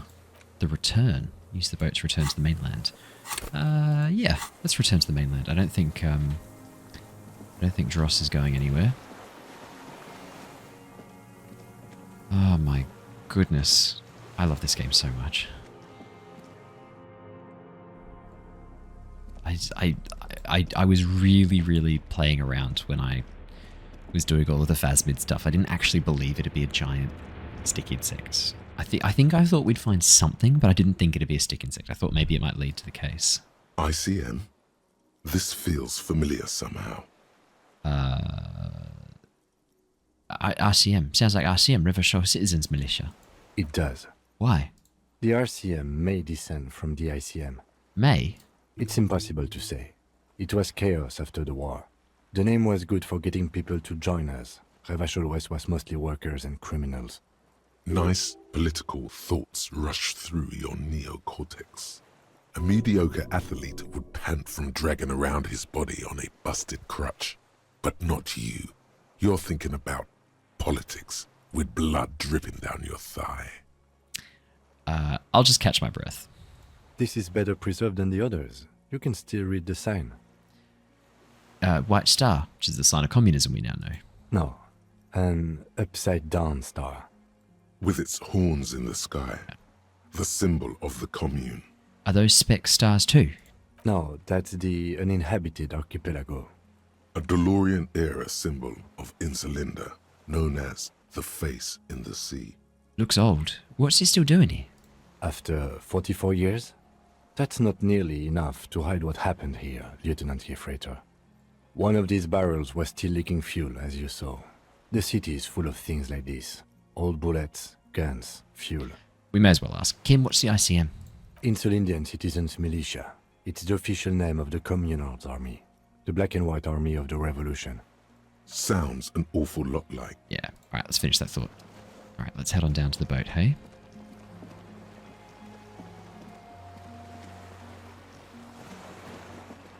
Oh my goodness. I was going to see if I don't think there's anything else we can do, is there? No. And this one, I think, because we didn't report to Lena, I think we failed out on that one. Okay, well, let's make our way back to the mainland. The skiff is swaying on the waves by the dock. Let's return back to the mainland, Kim. Let's. We are done here. He says, adjusting his glasses as he looks out over the water. The skiff rocks gently under your weight as you get in. The ride back is uneventful and quiet. But for the sound of conversation on the water, there is someone inland waiting for you. Two men and a woman stand on the concrete square of a nameless village, looking at a small yellow boat as it draws closer. The sea is calm. You reach the jetty and climb out of the skiff. Okay. Interesting. Oh, to be fair, it is pretty late at night. Oh, Look what the tide brought him. says the man without sunglasses. Suddenly his expression changes, and he tilts his head. I want to call you a teapot, but I'm honestly kind of impressed. No idea where you got all that gear, but there's no doubt in my mind that some bad people are looking for it. Yeah, quite possibly, actually. Also, you look like a fucking idiot. Whatever this is, it is completely unimportant compared to what you've just seen. This is the man with sunglasses from the Whirling in Rags. But where are his sunglasses? Forget about all this. There's a giant... We're not forgetting about anything. Look at you. He points at you with both hands. The armor? No one else seems bothered by it. Oh, really? They don't seem bothered by it? That's because you're a cop in an exoskeleton. Yeah, I'm a cop in a goddamn exoskeleton. Actually, are you? Are you still a cop? There's so much disco going on, it's hard to tell. Vic, calm down. Wait, you're the man with sunglasses. That's right. And you're some kind of murder machine. I don't think I am. Who are you people? Hello, I'm Trent Heilerstein. I believe we've met on several occasions. We have Trent. I'm your goddamn partner, Jean-Vic Kumar, and this is your special task force. Or what's left of it. Oh. Oh, that's a nice twist. We don't work for them, they work for us. Special Consultant Trent Heidelstein, Patrol Officer Judith Minot. Hi. We've come to scrape what's left of you off the pavement. Lieutenant Kim Kisuragi, Precinct 57. We've just come from the island, where our investigation led us. The scene is making even him feel as though he has to justify your actions. Thank you, Kim. We might need your help with something later. He adds, suddenly regaining his confidence. As if he recalled that he's in fact a decorated police lieutenant and not a naughty boy. But this is clearly a departmental matter, so I'm going to leave you to discuss it among yourselves. No, Yeah. Thank you, Lieutenant, It's good to meet you, Lieutenant Kitsuhagi. she says warmly, flashing the lieutenant the tiniest of smiles. Letting the lieutenant know he shouldn't feel embarrassed over the shitstorm that's about to befall you. Oh dear. What's this about? Ari, we want to help you. Trent, I believe this is where you come in? This is the horse-faced woman. I don't know why you named her that, but it was beyond idiotic. You should never address her using those words again. Accepted. I don't quite know what I'm doing here. I was asked to participate as an expert. I think I need to manage your expectations a little. I'm at best an enthusiast in cognitive science. My background is in something else entirely. I engage in neurology on a merely theoretical level. In fact, I should probably get going. Good on you, Trent. Let's get out of here. No, Trent, it's too late. You're part of this shit now. What have you got to say for yourself, shit kid? What does he have to say for himself? He left you to catch the bullets. Shit, kid. What an interesting moniker. What's a shit kid? You. Shit kid, that's you. Despite all that you've done, the deserter, the phasmid, the case, Despite all that I've done. No, because of all that you've done. So how'd you know I was here? The cafeteria manager you fucked over told us where you went. I saved his establishment and still he betrays me. Strange. He didn't mention that. In fact, the establishment didn't look saved at all. There was a giant aerograffito in front of the building. It was on fire. Yeah, I lit it on fire. It was a poetic gesture. I knew it. Didn't I tell you, Trant? I told you it was our shit kid. The line is from Lou Giatun's Mirova 82, isn't it? About girl-child communism, the titular returning character to ghost the apparition of... Good choice, Harry. He looks around, noticing the impatience of his companions. he is correct. It was the Seraillese poet Lou Giatun who, in the 50s of the last century, composed her. Don't encourage him, Trant. Okay. I'm sorry I didn't recognize you before. It's okay. I didn't come here to gloat or to fool you. Neither did he, actually. We're just worried. That's right. Worried. I'm always worried about you. Every time you don't show up to work, or when you do but stink. You're a worry fest. She's worried about you. I'm worried about you. Even Special Consultant Backpedal is worried about you. Everyone worries. Instead of working. You aren't a man with sunglasses at all. You're not even blonde. Guilty as charged. I heard you'd lost your mind and your memory. I wanted to see if it was true. And it was. Good work, Harry. You're insane now. There's one less person for me and everyone else to rely on. He was too sarcastic for you to realize who he was. Maybe if you hadn't been so sarcastic, I would have realized I knew you. I'm clinically depressed, Harry. Sorry if I wasn't in the mood to batter you up after you told us to fuck off. Actually, I did suspect something was off. Did you? Or did you literally not recognize my face? We've been partners for how long, Harry?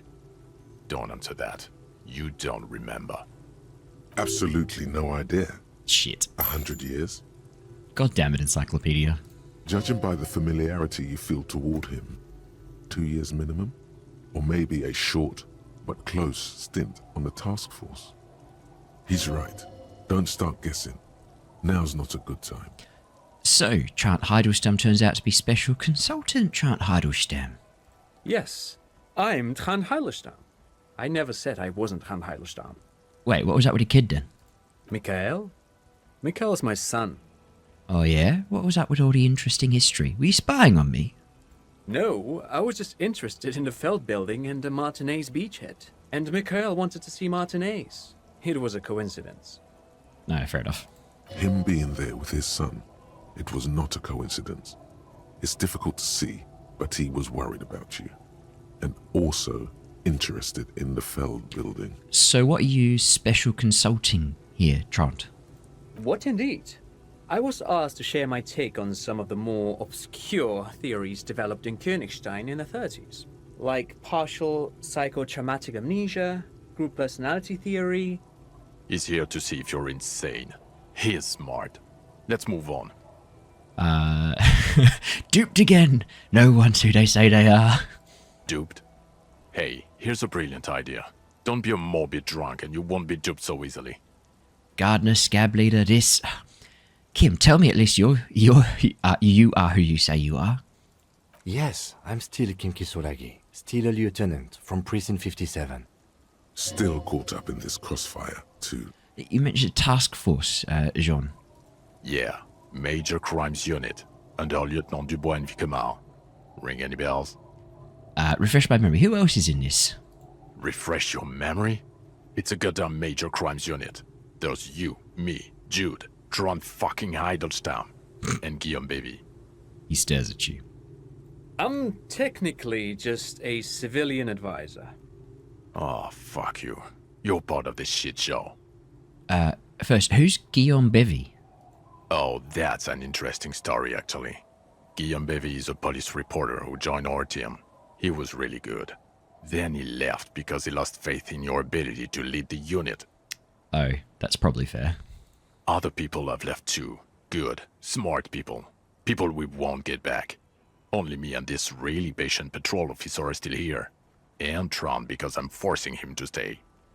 Is this Guillaume Bevy blonde and partial to sunglasses? Is this Guillaume Bevy blonde with sunglasses like you were? See? There. He's getting it. I was impersonating him. Look at me, I'm G. Bevy. It was going to be funny, but then you really did have brain damage. So not so much anymore. He sincerely thought it was going to be amusing. For both of you. Oh no, that would have made it really sad. Okay, so what does this unit do?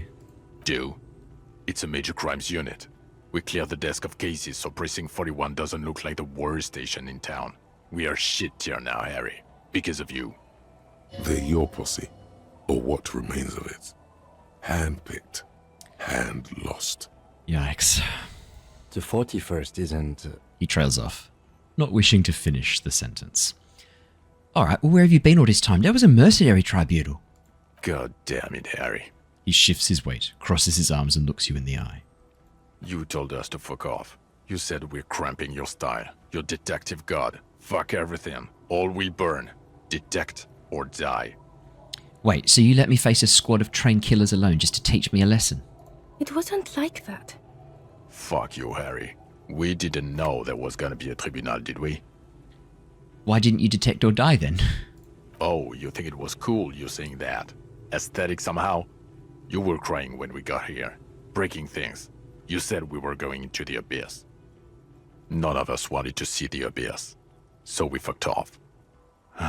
Like you told us to. None of this is ringing any bells. The bells aren't ringing because you have brain damage. Trant, this is where you come in. How bad is it?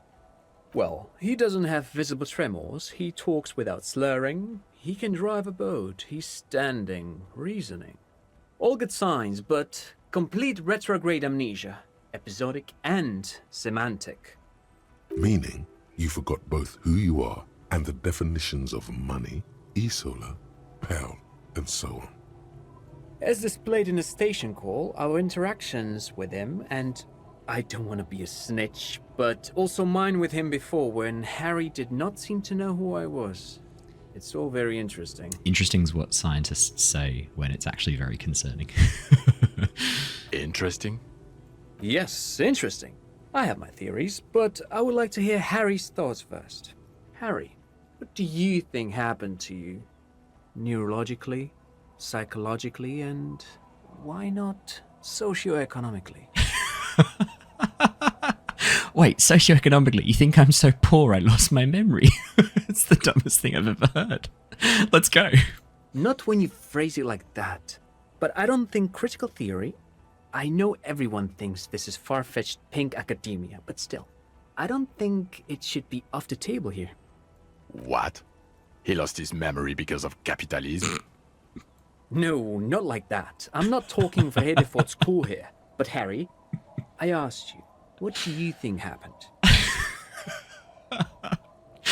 Capitalism. Capitalism fucks me beyond all recognition. Trant's right. No, okay. Look, in all honesty, I think it was the church. We know that the church affects data stored in tapes, stored in radio waves. Why not data stored in the mind?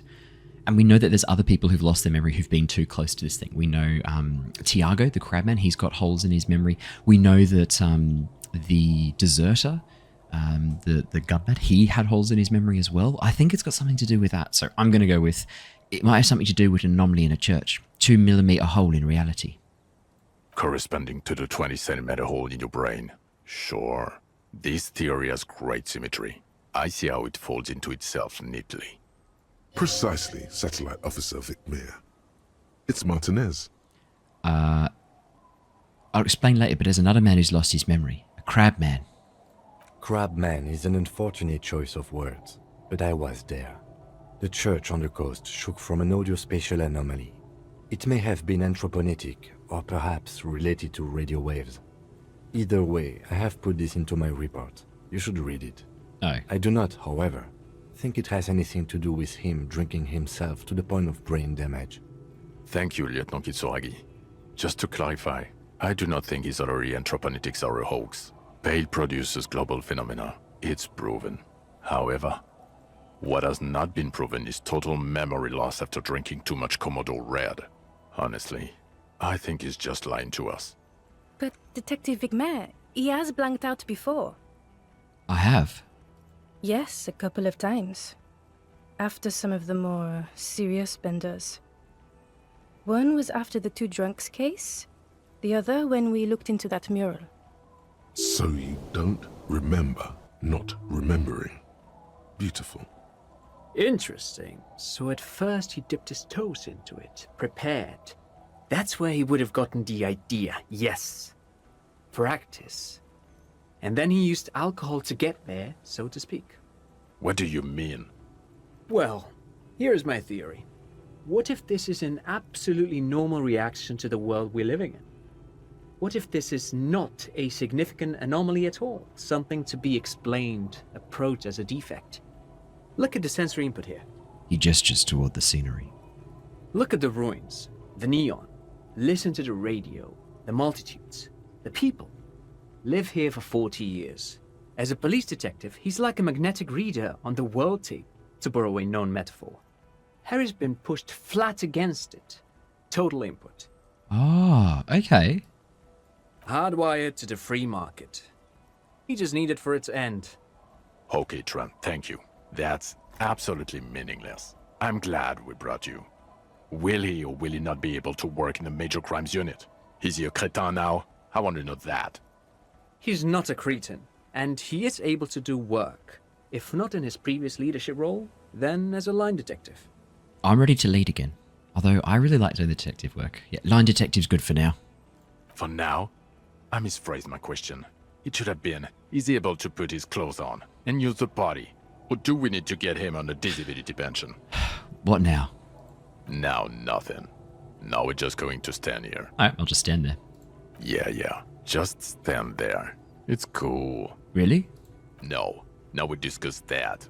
What the fuck did you do to a motor carriage? Why is it there, Harry? I drove it into the ocean when I was drunk. Ah, so refreshing. He just admits it. Thank you for your honesty.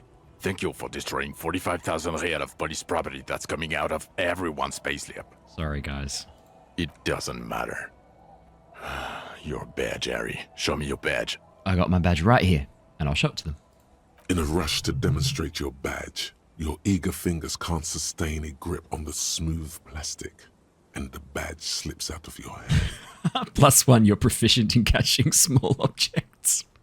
Is that because we've caught the... I reckon that must be because we caught the flowers, we've caught the... Oh, that's hilarious. The key. Yeah. Fantastic. Whoa. Perfect. Can't Not move. today, badge. Did I get a badge? You got it all right. You're showing it to him, victorious. They're seeing the badge. Drama's unnecessary. I got the badge. All is well. And your gun? He asks, unimpressed by the piece of plastic in your hand. As if having your badge and gun are natural states, not achievements. To be fair. What is it with all these material objects? My gun is right here, and I'll show him the videos. He has it. And he didn't drop it. You're drunk like a bum, Harry. Put that thing away before you kill someone. I quit drinking, forever. It's only me in this boring hellhole now. I don't buy it. Why do you smell like a corpse then, huh?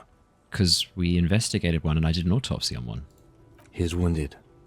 It's been a long week, and he's handled an actual corpse. No idea what you're smelling. I washed death off me. Oh yeah, let's just go. Yeah, it's been a bit of a week. I'm sorry I smell bad. A bit of a week? You're drunk. No, I'm and not. you let a suspect escape, a certain Clasier, because you were too drunk to assess a flight risk. We've read the report, Sari. Lieutenant Kitsuragis. We know. Not taking her in was the right thing to do. She gave a vital clue that led us to the island.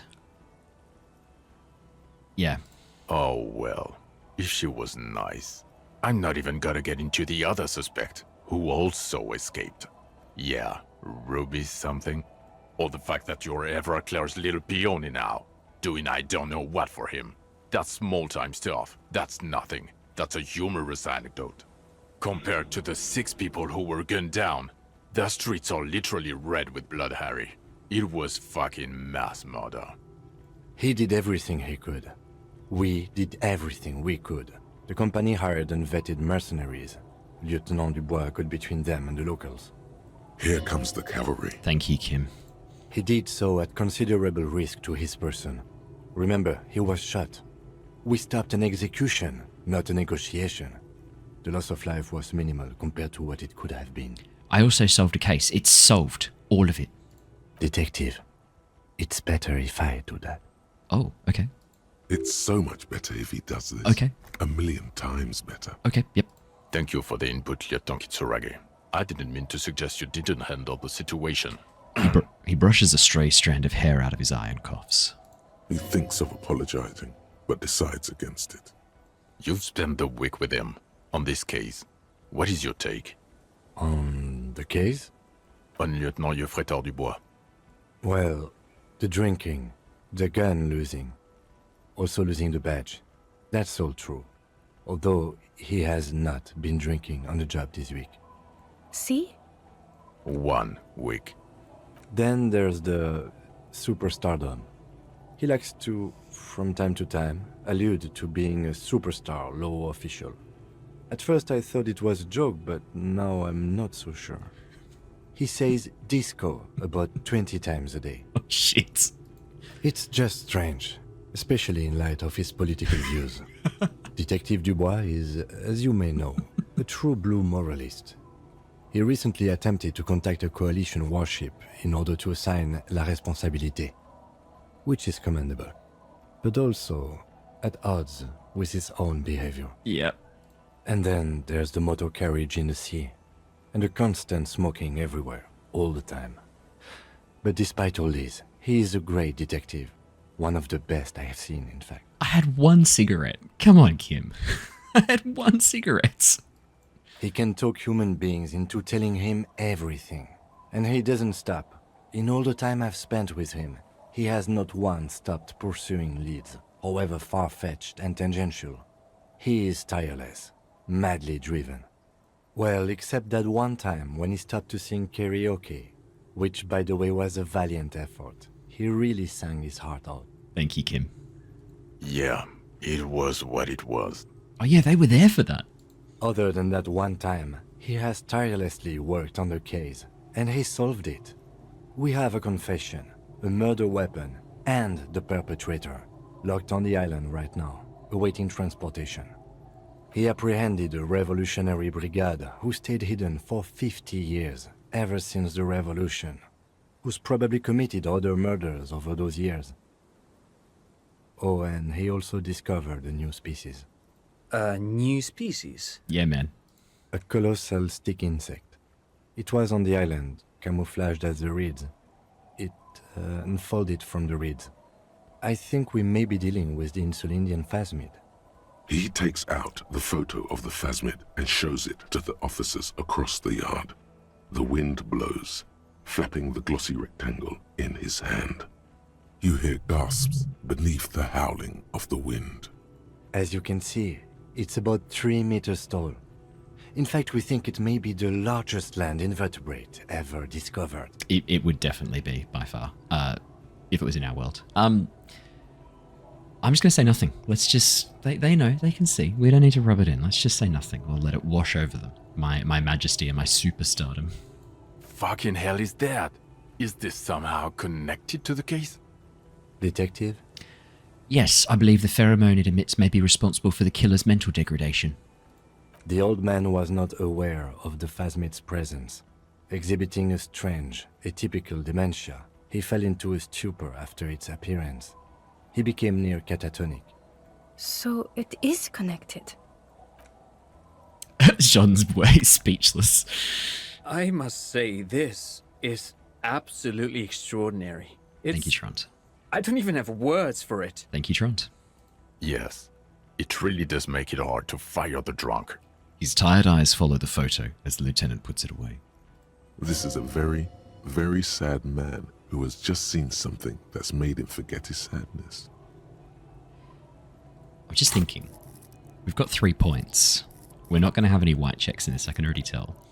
What should we bump up to higher levels? Should we bump up, maybe get everything up to 6? Get you up to 6, maybe bump you up to 7. 7, 7, 7, let's get composure up to 7. Maybe authority up to 7. No, we're out, that's it. Right, let's go. Now you make your case. Now is the time. Okay. Now or never. I don't think we want to mention... Oh, let's go for it. I also start a nightclub in a church. What was that?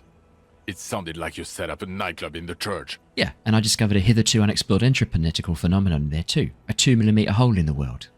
Get a grip. No one cares about your intraplanetic adventures right now. Are you kidding me? The Coalition did. 4 kids were living in a tent on the ice. They were going to drown when it melted.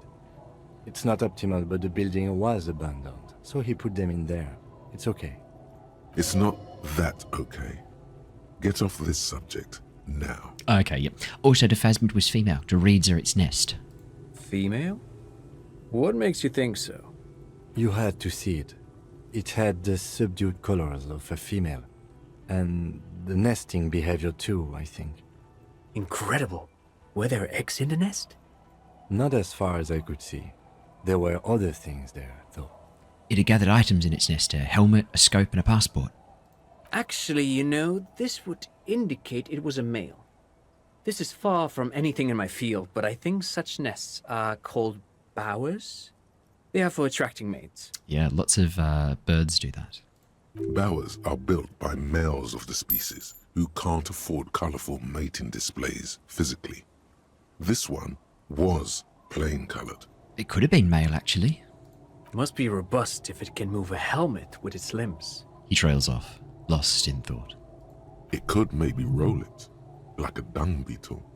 I think it reproduces by parthenogenesis. As in cloning itself? What makes you think so? Just a hunch. Well, then it wouldn't matter if it's a male or female. The bower would just be rudimentary behavior from before the parthenogenetic mutation. That makes sense, yes. Very interesting. Such organisms are extremely vulnerable to disease. A single strain of bacteria could wipe out the whole species. We're probably looking at conservation efforts here. The reason for that is that when you reproduce by parthenogenesis, you're just cloning yourself. There's no genetic variability apart from spontaneous mutations that can occur throughout cell replication. So because you don't have that sexual reproduction where you're mixing genes from different individuals and creating this huge variability in the genome, it's very hard to evolve, very hard for a species to evolve and adapt to new things that come along. So yeah, very, very, very vulnerable to diseases. In his mind, he's already planning a nature reserve and knows a good guy for that. It had mandibles that looked like hair, and it was completely white on the inside. Yes, but also reed-colored, beige and brown, a little green on the outside. After unfolding from a single stalk, it still retained parts that looked like reed tufts on its limbs. Incredible. The PR value of this is exceptional. Carve discovers new species. Maybe even discovers the Insulindian phasmid. No, that's too much. This would really help with some of the problems we've been having. Would it now? Absolutely, this is great. This does not say vigilante murderers to me at all. This says science, news, human interest. You know, it's a really good thing you have that photo. Yeah, it is actually. Without it, He shakes his head. You're doing good here. Perhaps only for a moment, but still. Quit while you're ahead? Or no? The killer, Lilianovich Dross. We have a strong motive for him. Lilianovich. A revolutionary matronym. A revolutionary matronym? The custom started in Grad, where they have patronyms. Krasovich, Lasovich, etc. The revolutionaries saw this as a chauvinist atavism, so they used matronyms, derived from the mother's name instead. Ah. This man's mother was Lilian. His Lilian's son, Lilianovich. The custom was overturned after the revolution failed, but not before it made it to Revachol. So, it is what a soldier of the ICM would be called. thank you, Trant. Thank you for that piece of cultural theory. You said you have a motive? Of course, excuse me, I just thought it was noteworthy. I agree, Trant. That was really interesting. He wasn't quite sure about the straggler before he heard this detail. It must have convinced him. Oh man, so we've got two options. I mean, kind of number two, he killed the mercenary hoping to start a war between the company and the Union. I don't think it was number three. I don't think he killed him in an act of rage induced by the phasmid semiochemicals. I think it's more number one. He killed a mercenary in an act of jealousy. Jealousy? I thought this Lilianovich was an old man. To have been hiding for 50 years. Like 70-something. A strange psychosexual fixation, aggravated possibly by proximity to the phasmid and its chemicals. He himself gave a political reason, said he had killed an enemy combatant. Also, we have ballistics from the gun, matching the bullet found in the dead mercenary's head, and 2 officers on the scene that Mr. Dross confessed to. Thank you, Kim. It's a clean win. Oh, it's way more than that. Way more. It's more than that. A perfect folding mechanism. Like the phasmid. Perfect folding mechanism. Get over yourself, Harry. I can still smell the booze on the wind. I haven't drunk anything. God damn it. Doesn't it ever leave? It is there. Like in your bones or something. It will pass. In time. The previous head of the Debardairs Union was assassinated by our killer. This is a conversation for when we are no longer out in the open. In Martinez, where Everard and Edgar Clare have ears everywhere. The lieutenant lowers his voice. Just a little. And eyes, too. Your return from the island must not have gone unnoticed. Damn, that's a really good point, actually. Understood, of course. But a case against Everard would be big. I would prefer not to partake in anything union-related, for political neutrality. This has to be good stuff for him to backpedal out of it at first mention. There was also a dead man on a boardwalk, a missing person I found. Yes, yes. Fallen through a gap in a boardwalk. Drunk. How'd you know I found him? The body was transported to Precinct 41, our morgue. I had Tilbrook and Mullins take care of funeral arrangements and family stuff. Oh, I thought Kim sent it to 57. You're not the only cop in the world, Harry. This all comes back to us. Still, good work with the missing person, Detective. It's still a point for you. No denying it. I also looked into the mystery of the Doom commercial area. I don't know what a Doom commercial area is. Rue de Saint-Guilain 10, a commercial building where all businesses go bankrupt. I looked into it. Why? That's not what you were supposed to do here. There was a possible witness in there, and it was close to the crime scene. He was just chasing a lead and ended up advising a local shopkeeper. It was okay. Of course. Call it community outreach, right? Thank you, Judith. Dodged the bullet there. For a moment it seemed like you were just wasting time. I'm not going to say I confiscated drugs from Kuno's dad because we then gave them back to Kuno. Although Kim didn't see us do that. No, I'm not going to say it. Yeah, go on, let's say it. I confiscated drugs from Kuno's dad. Who's Kuno? You don't want to know. You're right, Lieutenant. I don't. You snorted the drugs, I know you did. It's alright. I'm in. At this point, anything is but the drink. But I didn't... What do you say? Want to take this hot shit back? Point to myself. I don't want to, but you discovered a new species and solved the murder. He shrugs. So I have to. Jude? Anything that ends the trial is okay with me. A quick nod. You haven't been drinking, she thinks. So, maybe this time. Agreed. The public relations potential of this is too valuable to let go. Thanks, Trant. Good to know I matter to you as a human being. Okay. We have vehicles in the square, and the perpetrator needs to be taken into custody. Let's go. Now you will finally get to know who you are. Wait, I have a few questions before we go about who I am. The man looks westward, impatiently, jingling his car keys in his pocket. Who am I? Who are you? You're a gym teacher, Harry. What? Well, obviously you're not a gym teacher anymore, but... Oh, that does make sense, actually. But before... Before you were a cop, you were a gym teacher in Coron. It's getting really cold outside. Should we maybe... No, I was a rock and roll singer. You haven't told us about that. You just told us about being a gym teacher. Okay, well that does explain a lot then. Harry, it explains everything.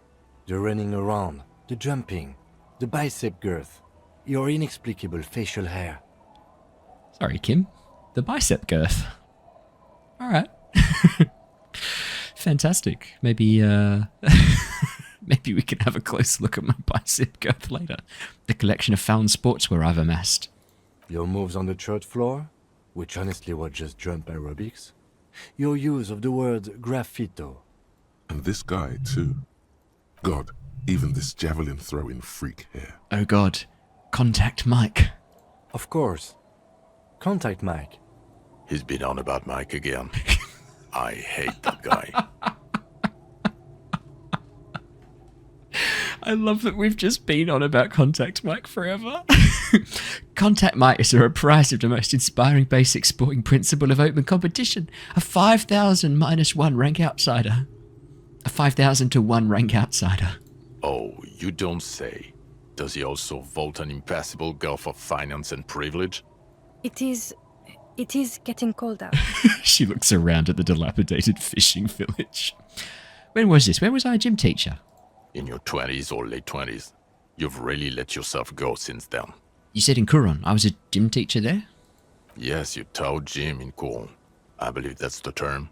Taught gym at a high school. You were a high school gym teacher. But I'm terrible with kids. The smell of sweat and glue. The worn floorboards. Kuro, is just east of Jamrock. It was a short walk every morning to the baseball field or the sports building. Why did I join the RCM then? The regular. You found some chick. She inspired you to fight the big fight. Be more than you are. All that. You, every morning, walking from Voyager Road to teach gym. She, leaving for the academy with her spring coat on. The air filled with the smell of smoke and raspberries and incredible hope. An ocean full of hope. Alright, I see now. I knew it. I knew no normal human being can run like that. He's an honest-to-God gym teacher. Why am I like this? It's not a mystery. Some chick fucked you over. Also, you were drunk. Some chick. Who? Dora something. Dora England. Yeah, you mentioned her name. Not Dora Dubois. So we weren't even married. No one is married anymore. This is Revachol. When was this? God, I don't know. 6 years ago? She was way before my time. Oh, so we haven't been working together that long. 6 years and you haven't gotten over it. What the hell is wrong with you? 6 years? Yeah. Or 7. You're not doing too good there. It's an old man thing. 2 old years equals 1 normal year. That and Dora England really tore you a new one. A big one. Volition keeps telling me not to prod this. I'm actually going to listen to Volition. Yeah, now I've heard enough. So have I. You bitterly dropped Dearest Dora and really tore me a new one twice a week, I think. It comes up. The special consultant glances at his wristwatch. Okay, am I a dirty cop working for La Puta Madre? No. No, because the suspects seem to think... You're too unstable to work for a mob boss. You're suicidal, Harry. No mob boss would take you. I assure you, I wouldn't consult for a corrupt unit. He would immediately backpedal out of it. Special consultant backpedal. I told you it's not that bad. Precinct 41, what kind of station is it? Us? We're the bloody murder station, haven't you heard? We're the bad guys. No one likes us. What? That's not true. Jamrock is too big for one precinct. You are just understaffed, and everyone respects the 41st. You have Captain Price. Thank you, Lieutenant. You're being kind. It is an understaffed station and the district is too big, which is why we need to... He tilts his head northward. Get back to it. We left Torsen and McLean to run the Sea Wing. It's not good. Torsen and McLean? Mac the Torso Torsen and Chester McLean. They're not fit to run a wing. Believe me. Things are shaky as it is. They are damn iconic though, Torsen and McLean. An iconic duo, I take it? Yeah, not like us. 2 clinically depressed old men. Where's the contrast here? We are garbage. We need to be more like Contact Mike. And a Sea Wing is... God. There are 4 wings, Harry. A, B, C, and D. We're in C. It's made of losers and clock punchers. You and I reconceptualized it as a task force. It was a mistake. There's also a lot of outside help involved, not only me. Other losers too. He's anything but a loser. Although he would like to be seen as one. It's cooler that way. And Price is... Ptolemy Price? He's the son of the old Price, one of the founders of the RCM. Okay, that's pretty cool. Also, I love the name Ptolemy. He's one of the most highly regarded men in the Force. You're lucky. Somewhere under the curved roof of a former silk factory, shaped like a ladybird with 2 chimneys, Police Captain Ptolemy Price sits behind a heavy wooden desk. Resident medic Nix Gottlieb pours him coffee. It's silent in the captain's office. They speak of change, the city, the tension on the streets. They speak of the events of April and the blood on the streets in May. Did we recently shoot up a church by any chance? And I'll point to the old church. So he remembers that. Yes, there may have been a raid on some churches. It wasn't good press. Shooting up churches never is. I was out of town, to be clear. What happened? Why did we need to go there? Our enemies were hiding in a church, to the best of our information. That's it. I'm not talking about this anymore. Your security clearance is shit tier right now. You have to wait for it to go up. Honestly, that's kind of fair. I've been saying some pretty insane shit recently, and sharing information with suspects. He means it. The RCM and its enemies will not be discussed on this coast. Your clearance will not go up while you're within earshot of the Union headquarters. So I work in a bloody murder station. Okay, it's not the bloody murder station. It's an old converted silk mill with green desk lamps and a coffee corner. A lot of good people work there, hard, every day. Jamrock is the largest ghetto in Rivershoal. Faubourg, technically, but it's divided into 11 districts. Jamrock only has us. Wow, that's so really problematic. The press will blow over. Jamrock is lucky to have you, and it's often considered to be the greatest of the districts. You're lucky to have it. I wonder if we can get Kim to join us in what were we, the special crimes or the major crimes unit? Thank you again, Lieutenant. The Phasmid, I need to tell Lena about this ASAP. Who is Lena? She lives at 1113 Tabernacle Road in Jamrock, remember? A cryptozoologist, she lives in Jamrock on Tabernacle Road. She told me about the Phasmid. Tabernacle? It's on the way over. Near where you live on Perdition. She looks at Vicmare. Fine, if we're gonna drop you off anyway. She and her husband were conducting the search for the Phasmid. It's their discovery, in part. They should know as soon as possible. It would do you good to deliver some positive news for a change. I'm so pleased we did that. That's really worth doing. She is going to be over the moon. Watch out or she'll faint. Lieutenant Kitsuragi, what will you do now? Well, first I will go back to my station and write the most detailed report anyone has ever seen. It will have to be good to cover all these. Then I will have a serious talk with my captain. About what? Detective, we just stopped a small-scale war. Something is happening to Revachol. He takes a look around, into the deepening shadows of the streets, then pulls up his collar. I don't know what yet, but it's going to be a hard spring for the RCM. We need to get ready, infiltrate, investigate. Distant traffic. A scrap of newspaper drifts by, carried by the wind. Le retour. Wait, you mean the return? Perhaps. There are people who say the zone of control will not hold up long. They are not on the radio yet. But there are parties out there. Yes. I hear worries from systems analysts in Vespa and Messina. International risk departments in Pangs. People like that. We've been hearing whispers in Jamrock too, ever since fall. I agree that something is happening. People are tense. I hear a fan spinning, fast. Something is about to hit it. The shit. Want to do that at Station 41, Kim? Talk to Captain Price? I'd rather not ruffle the feathers of two captains with my doom-mongering. No, I meant investigate. Come work in Precinct 41. Work with Price? I'm flattered, but I don't know if I... Would fit in. And crazy enough.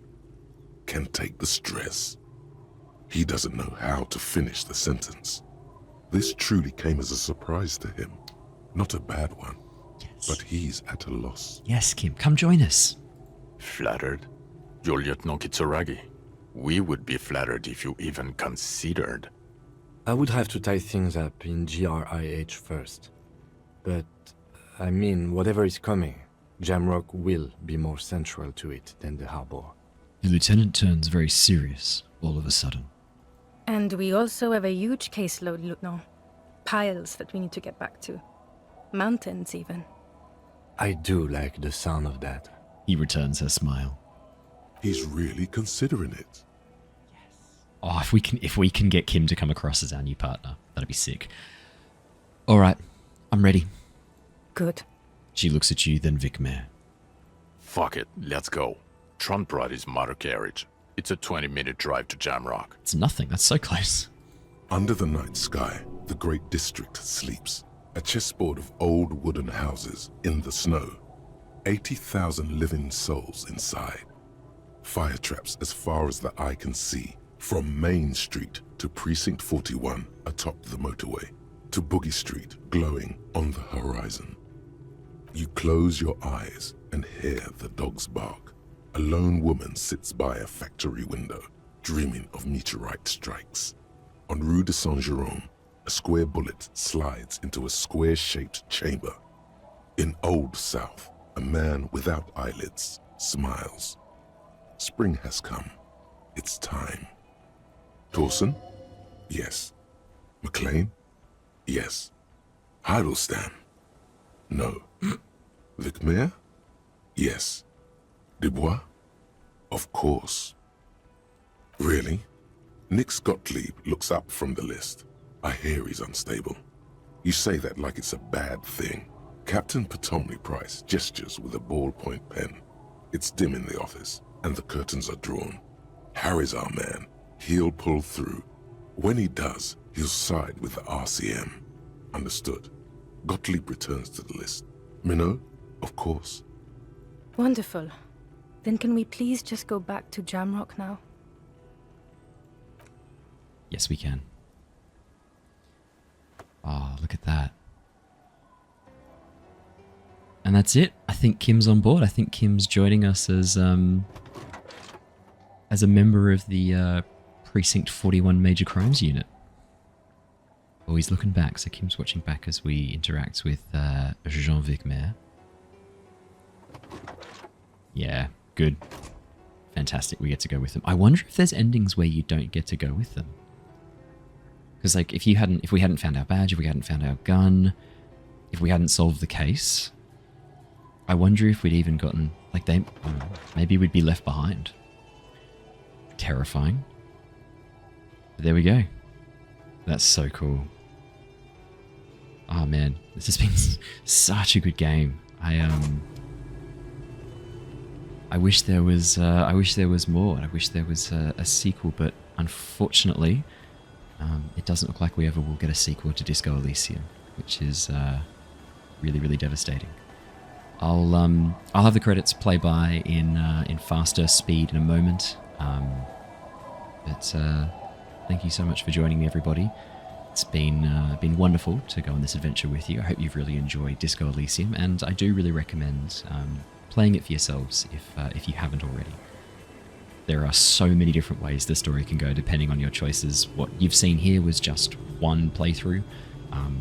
I think overall we did pretty well. I think we did most of the things we needed to do, but there is so much stuff that we didn't see in this playthrough, just because of the skills we picked, because of the choices that we made. So there's all different ways that this can go. So look, thank you so much, everybody. It's been wonderful having you here. I'll disappear and let the credits play through. I think it's really important that we give credit to the people who worked really, really hard on this game. So until next time, stay safe, stay well, and I'll see you guys soon.